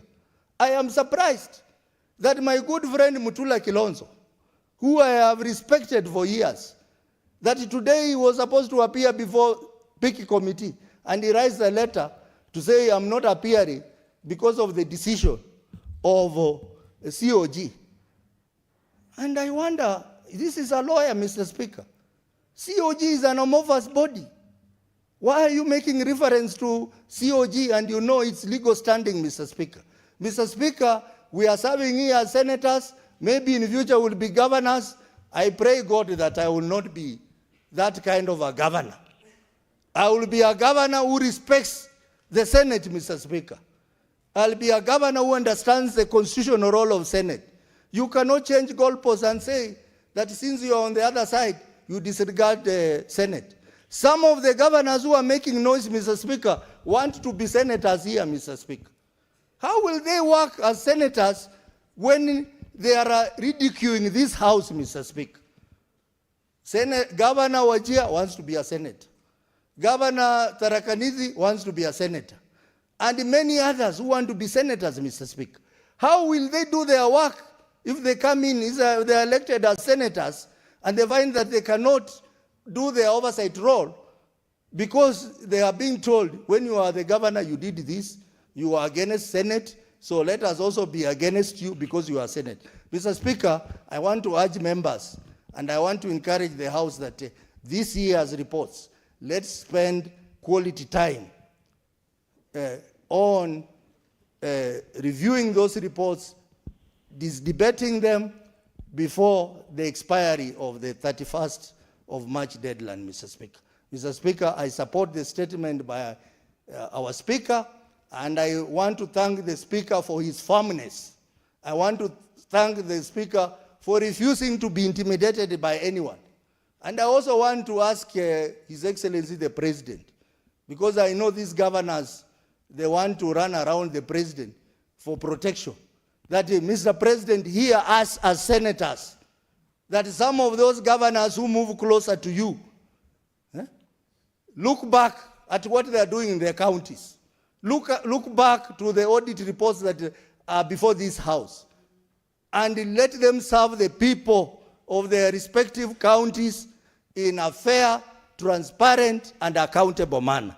Mr. Speaker, I support. Okay, very well, Senator Tabitha Keroche.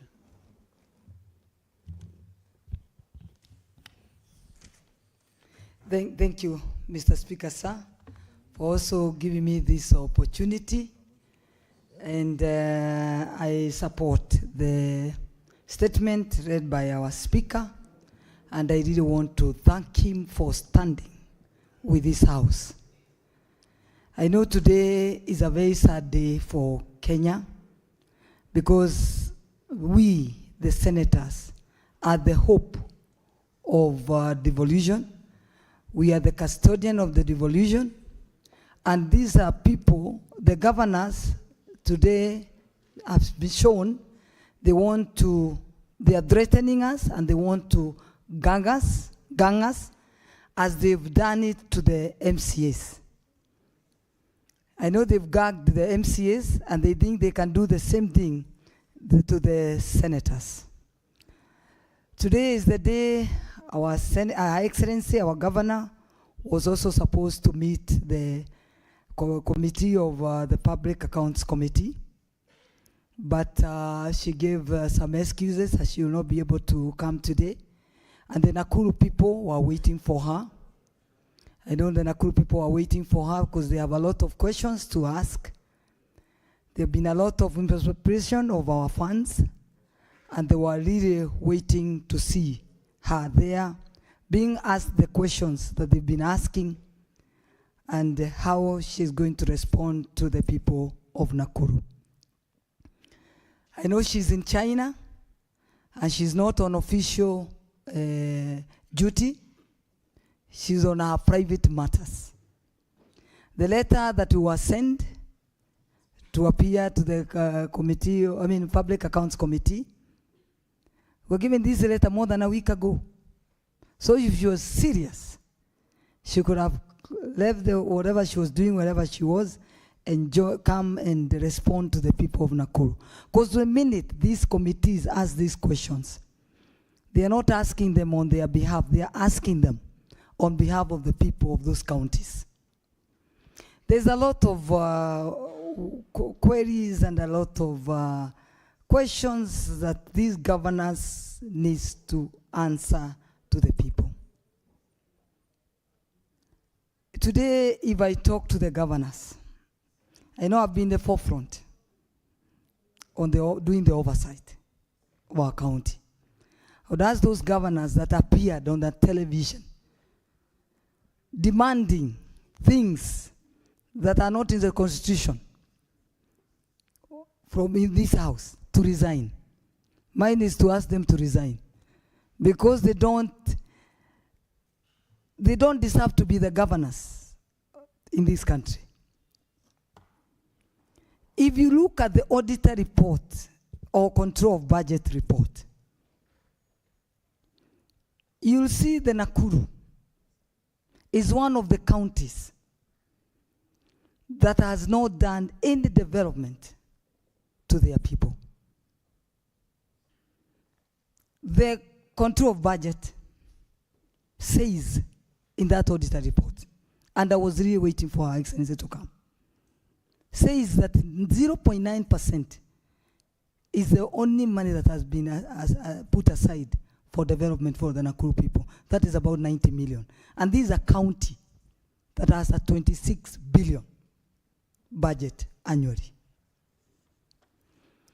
In the same auditor, control of budget report, you'll see our county is operating on 311 accounts on commercial banks, which have not been approved by the control of budget. You'll see the own source revenue potential that has been given to us by the Commission of Revenue Allocation is about 10.9 billion. And when you look, when Her Excellency came to office, she found the previous regime collecting 3.9 billion. She dropped it to 1.6 billion. In that report, the last financial year, now she says she's collected only 700 million. A county that has a potential to collect own source revenue of 10.9 billion. We have 15 revenue streams. 2 streams only can collect over 3 billion. But today, Her Excellency says she collected only 700 million. That is what the Nakuru people wanted our governor to appear to the committee of Public Accounts Committee to answer those misappropriation of funds questions. But now, what our governors are trying to do is to try to gang us so that we don't talk, we don't speak, like the way they've done our MCAs, who are in the first line of oversight, and they refuse to do their job. So they think they are the control of this world or this country of ours. And when we push the revenue to go to our counties, they think now they should not be asked any question. That their work now is to move, as one of our senators have said, they go to Mombasa, sunbathing. Some are flying to America, as you all know, ours, that's what she normally does every time now and then. Even our county people, Nakuru county people, call her Aviator, a governor of Aviator. So that's, we cannot allow that.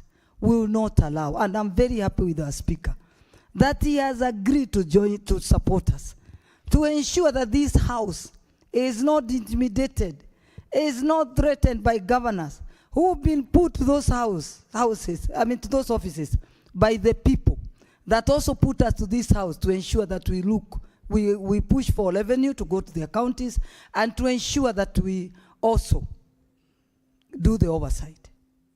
So I'm very happy today, as one of the senators said, that I go home very happy knowing that we've agreed that we'll stand up for our people. Senators, you may not know, but we are the only hope now remaining to our people. Other people, our governors have let our people down. MCAs have let our people down. MPs have let our people down. It's only the senators who have stood with our people.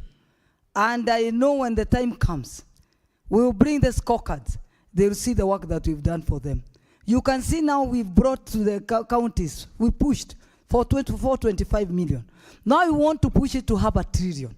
And these governors have the audacity to tell us what to do and what not to do. They better do the work that they were given the people, and they let us do the work that we were given by our people. And we know very well, we push for that money, and we ensure that we do the oversight for that money to ensure that the development is being done. My senators, let's keep on. Let's not allow these governors to thinking that the money they are given, that it belongs to them. The money they are given, when they see it in their account, they get to their head. They think they can push everybody in this town we senators, let's stand firm and ensure that we work for our people and to ensure that we push for that money to do development. If there is any the department of that has let this Kenya Kwanza government down, it is our governors. It is our governors. Because when the people, the public doesn't differentiate who puts the medicine in the hospitals and who does the roads, they think everything is the national government. They don't differentiate what is for the county and what is for the national government. And that's why you can see some of the areas, the government is suffering.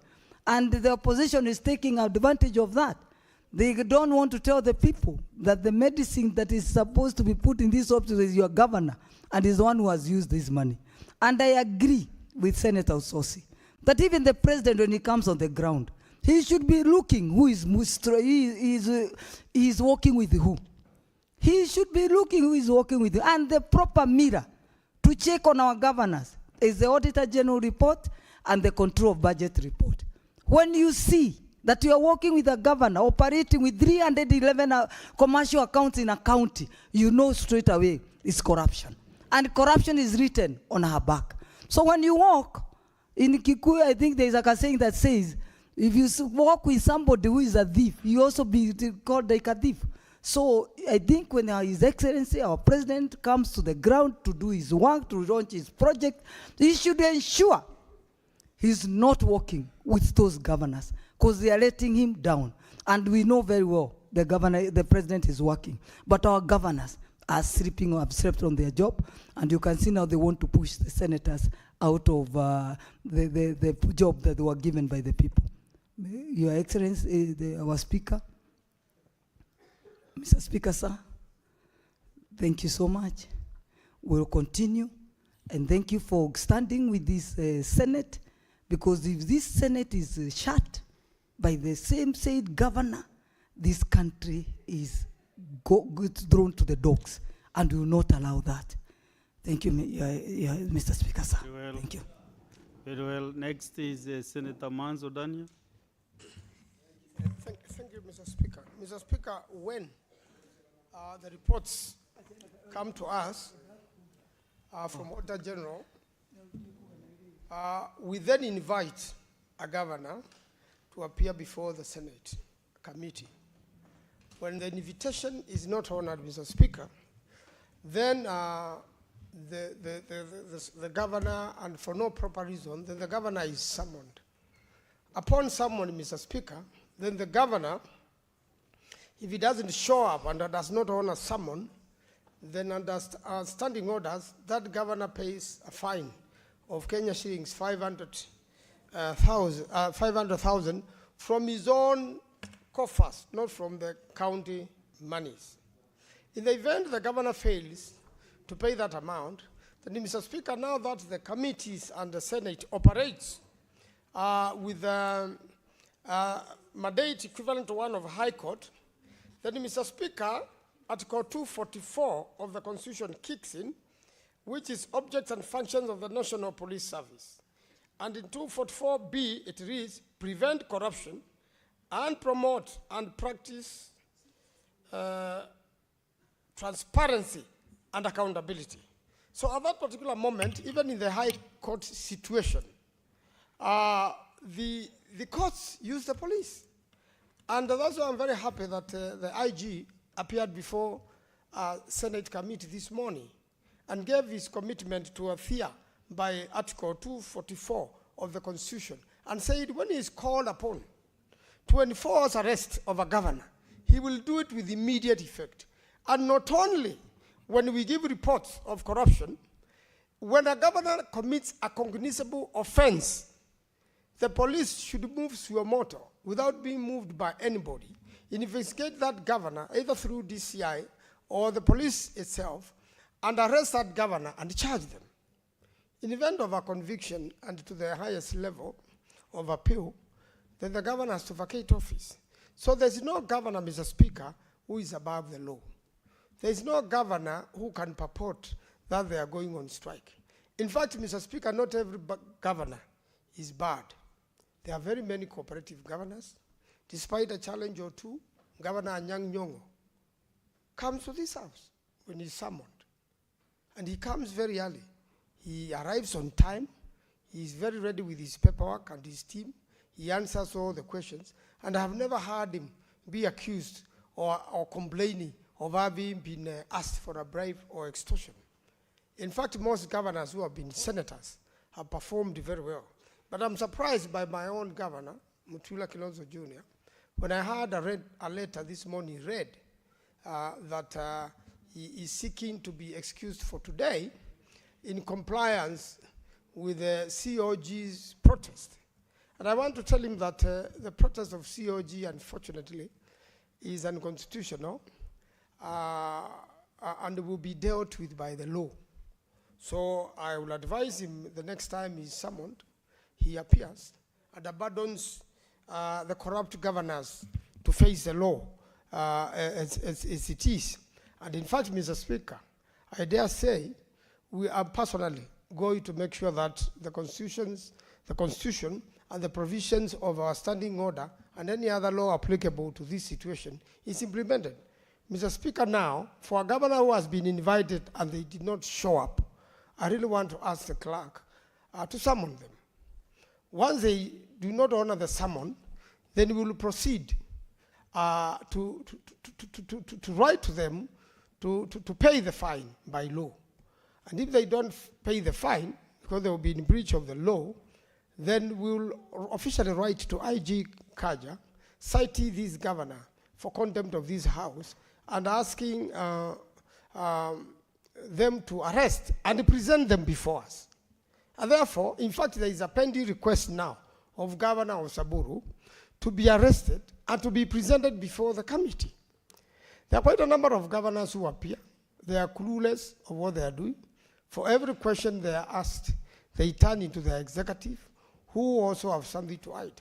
And a good example is cited of the governor for Mandera, who allegedly was hosting the president today. The governor of Mandera could not be able to explain to the committee the use of 65 million shillings where he purported to have done seedlings. Mr. Speaker, the climate conditions of Mandera are known.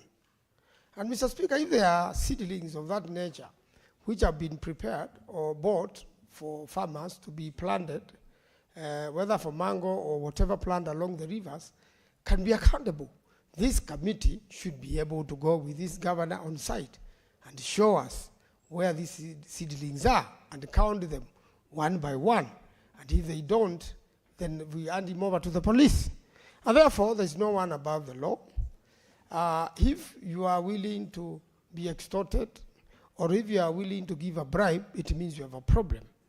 I have not known Governor Anyang' Nyong'o to give any bribes or to complain of any extortions. He does not bother about it. And he's not the only officer in government who presents perfect work. There are quite a number of officers in government who are very good with their job, Mr. Speaker. And therefore, we want the ones who have a problem to emulate the good ones. A lot of monies now are unexplained from the counties. A lot of monies are unexplained for those governors who have already joined the bandwagon and are using their monies to fund activities of political parties. They are also using these monies to fund presidential campaigns, 2 early presidential campaigns. This money is meant for the counties. And even the main government, we really push it to get the allocation. We really push them to send the money in time. Mr. Speaker, up to now, there are so many counties without roads. There are so many counties without water. There are so many counties which have dirty hospitals, where there are no incinerators to burn the effluent from the hospitals, which is very dangerous. Their hospitals are dirty. The materials used, the beddings used by patients are very dirty. In fact, such hospitals are even a death trap to people who go there. And a governor who does not even visit that hospital dare say that we should not visit counties. Mr. Speaker, today, the IG has offered to give us full security when we go to apprehend governors in their counties, when we visit, when we go to inspect, so that no senator will feel intimidated. And any governor who obstructs justice, then should be charged with immediate effect with obstruction of justice, so that the governors can account for the monies given to them by the public. This is the work of Senate. As I conclude, because I know other members want to contribute, then the Senate is the last source of defense, is the last line of defense of this country. The governors have already intimidated quite a number of counties or colluded with them, and counties are not doing their job. So we really want county assemblies to be empowered, Senate to be empowered, so that devolution can work in this country. Mr. Speaker, I do thank you. Let me yield so that other members can contribute. I thank you, Mr. Speaker. So, honorable senators, through consensus, we have agreed that because we have 5 senators left, then we can do 5 minutes each, so that at least all of you can be able to make a comment. Senator Chelagey.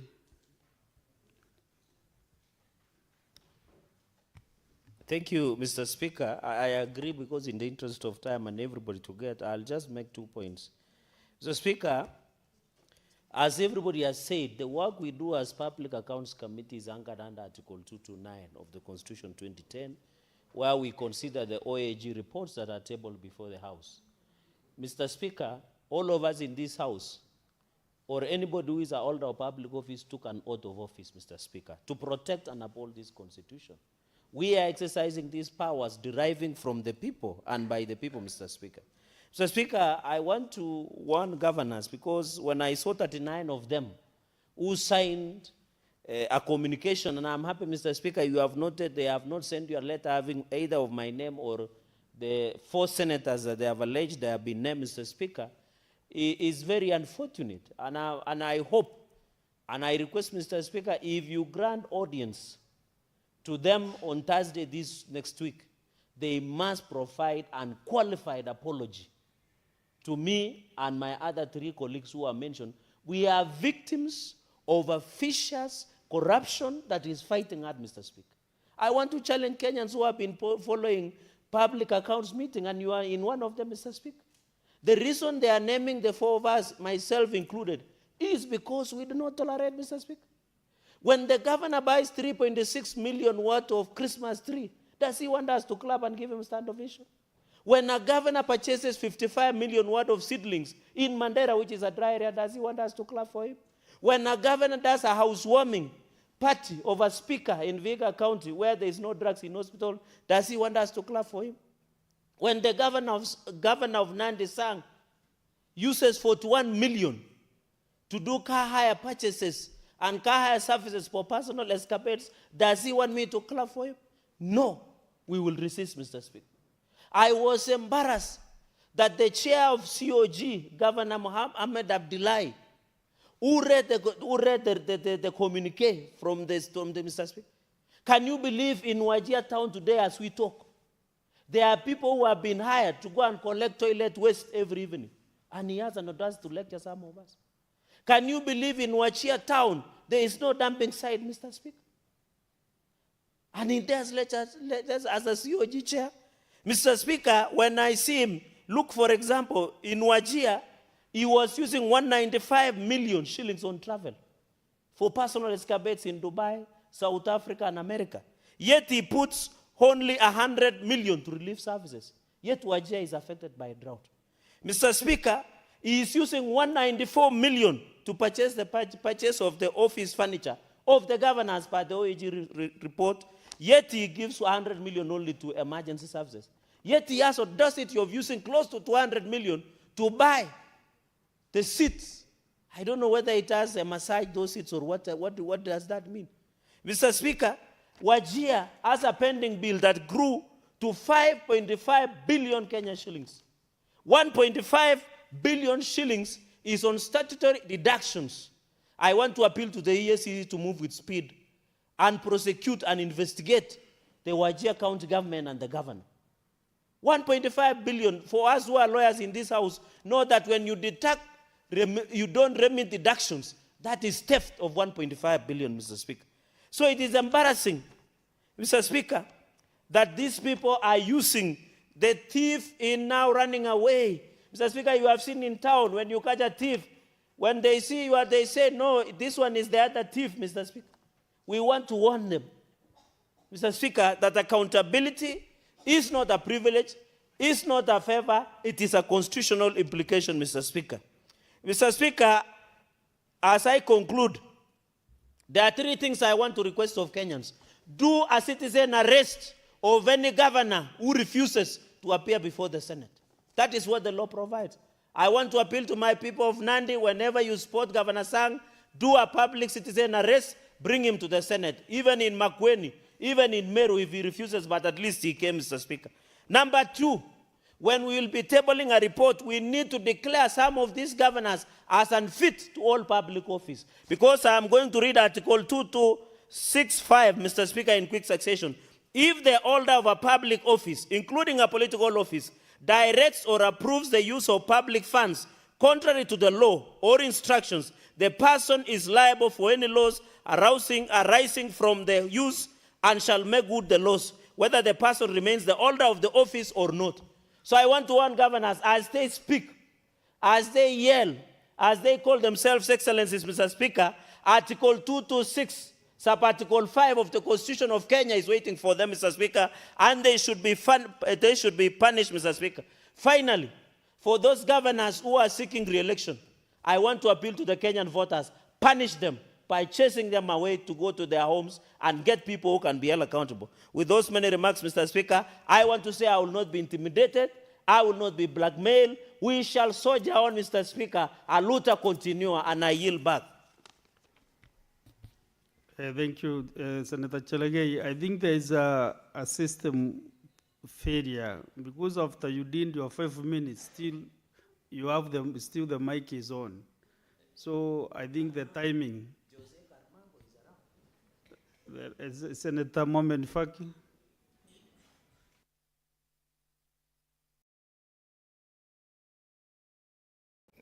Umemwongezea dakika 5 nyingine. Kwa sababu wani katika wale washtakiwa wane ambao Mheshimiwa Spika, kwanza nichukue fursa hii kukupongeza kwa taarifa yako ambayo imetetea bunge hili, Mheshimiwa Spika. Jambo la pili, pia ningependa kuwapa kongele kamati hizi mbili zikiongozwa na Seneta Kajwang na Seneta Ososi kwa kazi nzuri ambayo wanafanya. Mheshimiwa Spika, nilihudumu katika kamati hii ya uhasibu mwaka 2017 mpaka 2019-20. Na Mheshimiwa Spika, kazi hii sio kazi rahisi kwa kusema ukweli. Na nimefurahi pia kwamba sasa wanafuatilia mambo yanayotendeka sasa. Wanakagua hisabu za sasa. Kwa mfano mwaka huu hivi sasa wanakagua hisabu za mwaka 2024-2025 ambao ni mwaka ulikwisha mwezi Juni mwaka jana. Mheshimiwa Spika, jambo ambalo ningependa tu kuwasisitizia ni kwamba wakati wanafanya hii kazi ni lazima wawe kwa Kiingereza tunaweza kusema steadfast. Hakuna kucheka na magavana ama kupigana pambaje, Mheshimiwa Spika. Kwa sababu wanapokuja pale wanakuja kujibu maswali ambayo yanahusiana na ubadilifu wa fedha za umma. Kwa hivyo upande mmoja wewe unawachunguza na upande mwingine unacheka nao kama ambao nyinyi ni marafiki na mlihudumu pamoja katika ubadilifu wa fedha hizo. Kwa Mheshimiwa Spika, kamati hizi lazima zionyeshe sura ya kazi wakati wanafanya huu hasibu, kwa sababu ndio njia pekee ya kuonesha wa Kenya kwamba wako serious katika kazi ambao wanaifanya. Mheshimiwa Spika, jambo la pili ni kuwa ni masikitiko kwamba ripoti zetu nyingi ambazo zimeweza kutolewa katika bunge hili hazijafanyiwa kazi. Taasisi za kupambana na ufisadi, taasisi ya ODPP, kiongozi wa mashtaka, Mheshimiwa Spika, zimekalia ripoti hizo.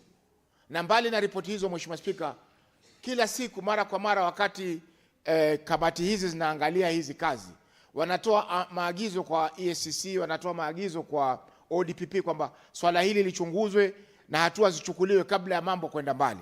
Lakini Mheshimiwa Spika, inachukua muda kwa kamati hizi kwa taasisi hizi mbili kuendeleza uchunguzi na vile vile kuchukua hatua, hata kama kuna uwazi kwamba pesa zimeweza kubadilika, kupotea na kuweza kufanyika kufanyika ubadilifu wa fedha na gavana wanaohusika. Mheshimiwa Spika, ni kinyume na maadili kwa magavana hawa kupitia kwa baraza lao kusema kwamba wao ndio waweze kuchagua kamati, wao wanaweza kuchagua wanakamati, na kesho pia watasema sisi tunataka tuchague prosecutor huyu ama tuchague jaji huyu kwa sababu tunaona kwamba huyu aliyeko hawezi kutufanyia haki. Mheshimiwa Spika, hiyo haiwezi kukubalika kwa sababu hakuna mtu ambaye anajihukumu mwenyewe. Lazima wenye kuhukumu na wenye kuchunguza wawe ni watu tofauti na yule mshtakiwa ambaye yuko mbele ya mahakama. Mheshimiwa Spika, jambo la mwisho ni kwamba komiti inafuatilia ripoti ambazo zimefanywa na maauditor. Na kabla ripoti kuletwa hapa, Mheshimiwa Spika, auditor huwa anampa nafasi gavana ama anampa nafasi ile county husika kutoa ripoti ya yale mambo ambayo yameonekana kwamba yamefanyika kinyume na sheria. Mwisho wa mwaka, Mheshimiwa Spika, tarehe 30 Juni, kaunti hizi zina nafasi ya miezi miwili kutengeneza ripoti zao. Baada ya kutengeneza hizi ripoti, Mheshimiwa Spika, auditor anakuja anachunguza vile vitabu. Na baada ya kuchunguza anatoa ripoti yake, na ile ripoti inapelekwa kwa serikali ile ya county, na serikali ya county ina siku 30 ya kujibu. Baada ya kujibu, Mheshimiwa Spika, ndio ripoti ya auditor inaletwa hapa kwa yale mambo ambayo yameweza kuchunguzwa na kuonekana kwamba hayafai. Lakini Mheshimiwa Spika, licha ya hivyo, kaunti hizi bado hutaka muda zaidi. Watakuja hapa waseme kwamba hii ripoti hatukutengeneza, hatukuweza kuijibu kwa sababu tulikuwa hatuna rekodi. Na visingizio vingi vingine ambavyo wanaweza kutumia kuweza kuchelewesha mchakato wote wa hii kazi ambayo inafanyika na kamati hizi. Kwa hiyo Mheshimiwa Spika, wakati wa kubembelezana umekwisha. Wengi hivi sasa wanakuja kulalamika waombe waweze kupewa muda. Lakini Mheshimiwa Spika, tukiangalia kwamba kamati inatakana itoe ripoti kufikia tarehe 31 Machi, na inaangalia hisabu za kaunti 47. Mheshimiwa Spika, hiyo ni kazi kubwa sana kufanyika kwa muda wa miezi miwili. Kwa hiyo Mheshimiwa Spika,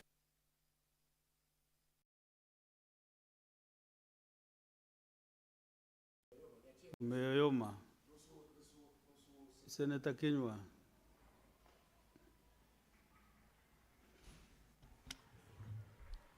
Asante sana Spika kunipa fursa hii. Kwanza kabisa nataka kushukuru Spika kwa taarifa nzuri ambayo ulisoma, na vile vile kushukuru uongozi wa jumba hili kwa msimamo wao dhabiti na kusimama kidete kutetea na kuheshimika kwa nyumba hii. Bwana Spika, kamati ya uhasibu inayoongozwa na Senator Kajwang pamoja na kamati hiyo nyingine ambayo inaongozwa na Osotsi, nataka kuwapongeza kwa kazi nzuri waliofanya. Bwana Spika, ukisikia kuna hivi vizingizio ambavyo vinaletwa na hawa magavana kusema ya kwamba kuna maseneta waliwataja wanawaitisha hela. Bwana Spika, hakuna mtu yoyote anaweza kukuitisha hela. Nilimsikiza gavana wa kutoka Kisii akisema ya kwamba ati wewe atakapoitwa utasema wewe nilikupatia. Bwana Spika, ikiwa umefanya kazi ambayo unapaswa kuifanya, unafanya kwa makini bila shida yoyote, ni mambo gani haya unasema ya kuhusu hela? Maseneta hawa wamefanya kazi ambayo wanapaswa kufanya, na nataka kuwapongeza na waendelee na mtindo huo huo wa kuziangazia kaunti hizi. Bwana Spika, nikiangalia majina yaliyopeanwa ni maseneta ambao wanawauliza maswali magumu. Seneta Sifuna, Seneta Kajwang, Seneta Cherargei. Baada ya kuulizwa maswali magumu hawezi wakajibu. Nilimsikiza Seneta Governor akiulizwa swali kuhusu mbegu, hakuweza kujibu vile ambavyo ametumia hela zaidi ya milioni 55. Lakini baada ya hapo sasa wameleta visingizio kusema seneti inafanya. Sisi tunafanya kazi hapa katika kamati zetu tukiongozwa na katiba, tukiongozwa na katibu za kudumu za seneti hii. Kwa hivyo Bwana Spika, mtu yoyote kusema kuhusu kamati hii ni kuonyesha ishara ya kwamba unajaribu kudhihaki seneti hii kwa kazi yake. Bwana Spika, tutalinda, tutatetea katiba ya nchi hii kwa jino na ukucha, kwa sababu hiyo ndio kazi yetu, Bwana Spika.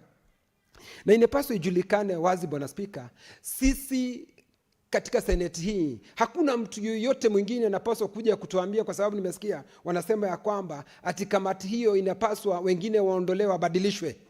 Mimi msimamo wangu, Bwana Spika, kama ni kubadilishwa, wabadilishwe, na mwenyekiti akuwe ni Kajwang', naibu wake akuwe ni Mwaruma, na wale wanakamati warudishwe wao, kwa sababu wamefanya kazi ambayo inapaswa na wamefinya vizuri. Ndiposa magavana wamejikusanyika na kusema ya kwamba watakuja wakati hii kamati itabadilishwa, lakini hiyo haitawezekana kwa sababu Spika, umesema vizuri sana katika taarifa yako ya kwamba hakuna mkutano wowote, na mkutano ambao umetaja mtakutana nao tarehe 26 utawezekana tu ikiwa wao watafuatilia kukuja katika vikao vya seneti na kuleta taarifa ambazo wanaulizwa kuleta, Bwana Spika.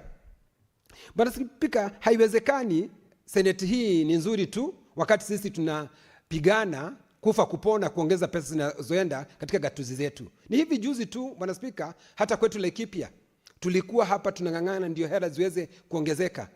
Wewe ukaniunga mkono Spika na maseneta wengine, na hela zikaongezeka zinazoenda Laikipia kwa milioni 700. Zile pesa ambazo ziliongezwa kwa kaunti ambazo zilisemekana ni kaunti ndogo, ama kaunti ambazo zilikuwa zinapata idadi kidogo ya hela, Bwana Spika, Lamu, Nyandarua na kaunti zile zingine ambazo ziliongezwa. Lakini wakiambiwa wawajibike kwa zile hela, wanaanza kuleta vijisababu, Bwana Spika. Vijisababu, sijui hatuwezi kuja, sijui tunaitishwa hela, sijui tunatukanwa. Wewe magavana, nataka kuwaambia nyinyi magavana, mfuate sheria, kwa sababu katika katiba ya Kenya kipengee cha 125 kinasema ya kwamba seneti hii inapaswa kuita mtu yoyote, awe ni gavana awe nani, aweze kuulizwa maswali na kuleta kama ni ushahidi ambao unahitajika, nyinyi bila kupeana vijisababu.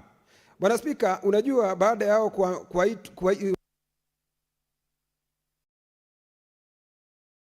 next is Senator Veronica Waheti Maina. Thank you, Honorable Speaker.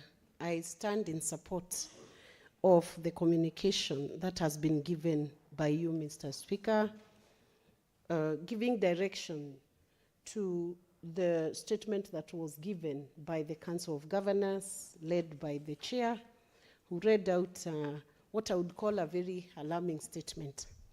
Alarming because Council of Governors has been entrusted with national revenue resources that are disbursed to the counties.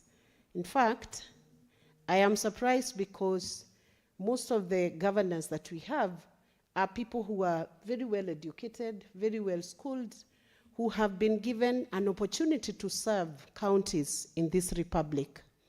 And they very well know that the Senate serves to protect the interests of the counties in line with Article 96. I'm also very sure that governors know that Senate determines allocation of national revenue among counties. And this is very well provided in Article 217, and Senate exercises oversight of a national revenue that has been allocated to the counties. Honorable Speaker, what is shocking is, in the current financial year, a whopping sum of 415 billion has been disbursed to the counties or is in the course of being disbursed to the counties.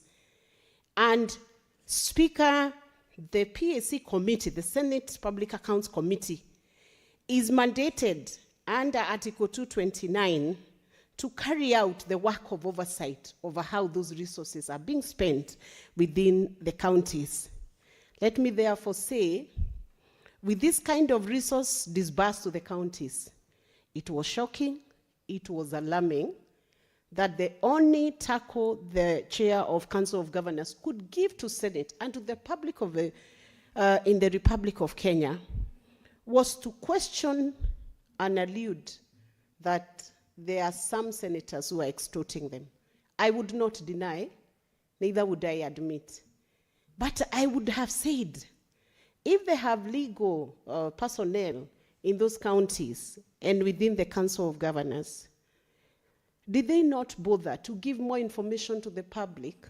Because corruption has riddled our country, and it is important for leadership to take responsibility for statement issued, especially at that level. If a governor has been extorted by senators, do they know the names of the people who extorted them? Do they know the names of the senators?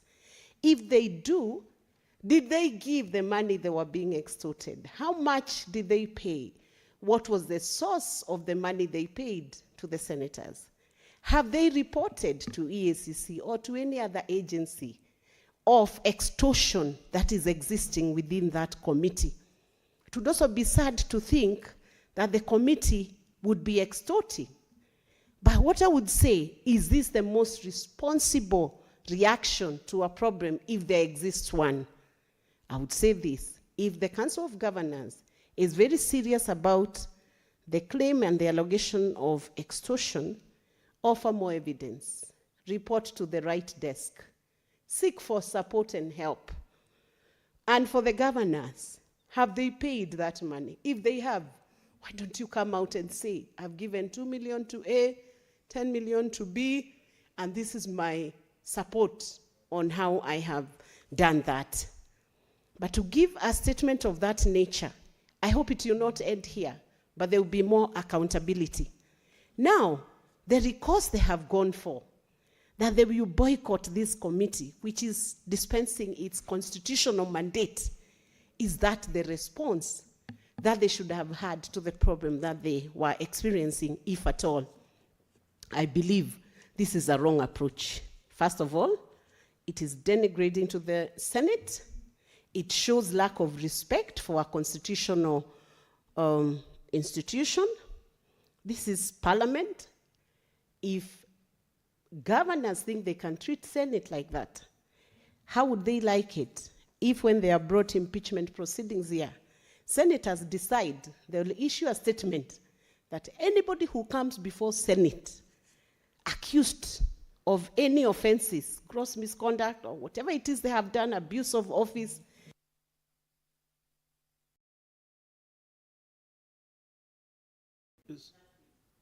give one minute. How would they like it if Senate decided to act against the Constitution and decided to say any governor who comes for impeachment before Senate will be found guilty without any trial? Would that be a proper recourse for Senate? I want to put it to the chair of Council of Governors, from wherever he's watching, because I know you watch Senate, that the statement he has given is equivalent to if Senate took law into their hands and decided every governor who comes here is already guilty before any explanations or before any form of a trial. So I want to say this: if you are summoned by PEC and you do not appear as a governor, you know what that means. Either you have no explanation, or you do not want to account for public resources, and that already speaks into your conduct in how you most likely handled the resources. You don't have that option. There will be consequences from the Senate.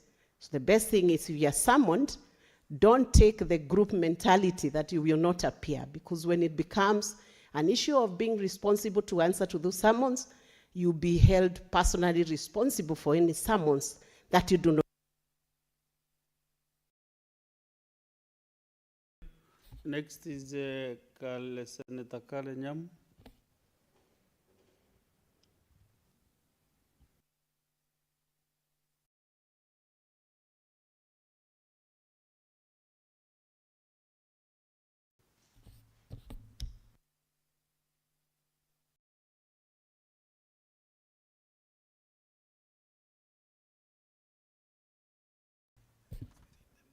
Okay.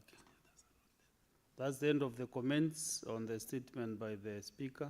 So let's go to the next order, Clerk.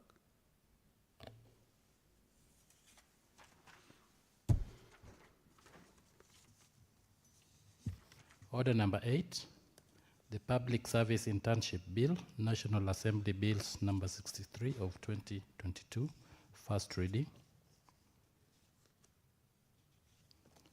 a bill for an act of parliament to make provision for internship of college and university graduates in the public sector, to provide for hands-on training and acquisition of skills by graduates and for connected purposes. Next order. Order number 9, the Basic Education Amendment Bill, National Assembly Bills number 59 of 2023, first reading. A bill for an act of parliament to amend the Basic Education Act and for connected purposes. Next order.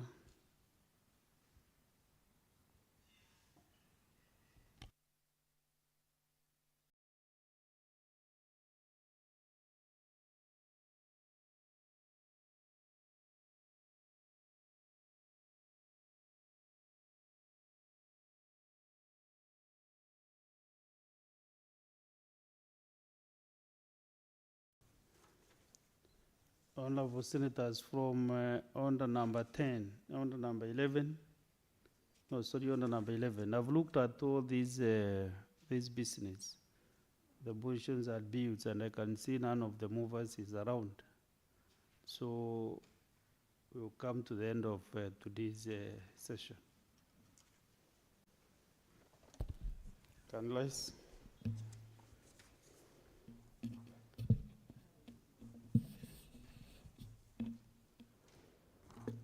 Honorable Senators, there being no other business on the order paper, the Senate stands adjourned until Tuesday, 17th February 2026 at 2:30 p.m.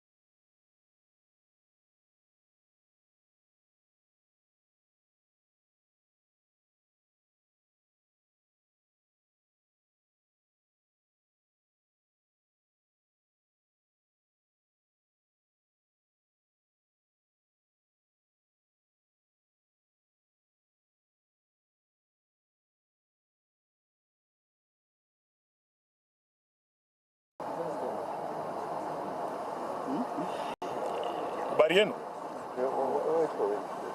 I'm just saying hi to them.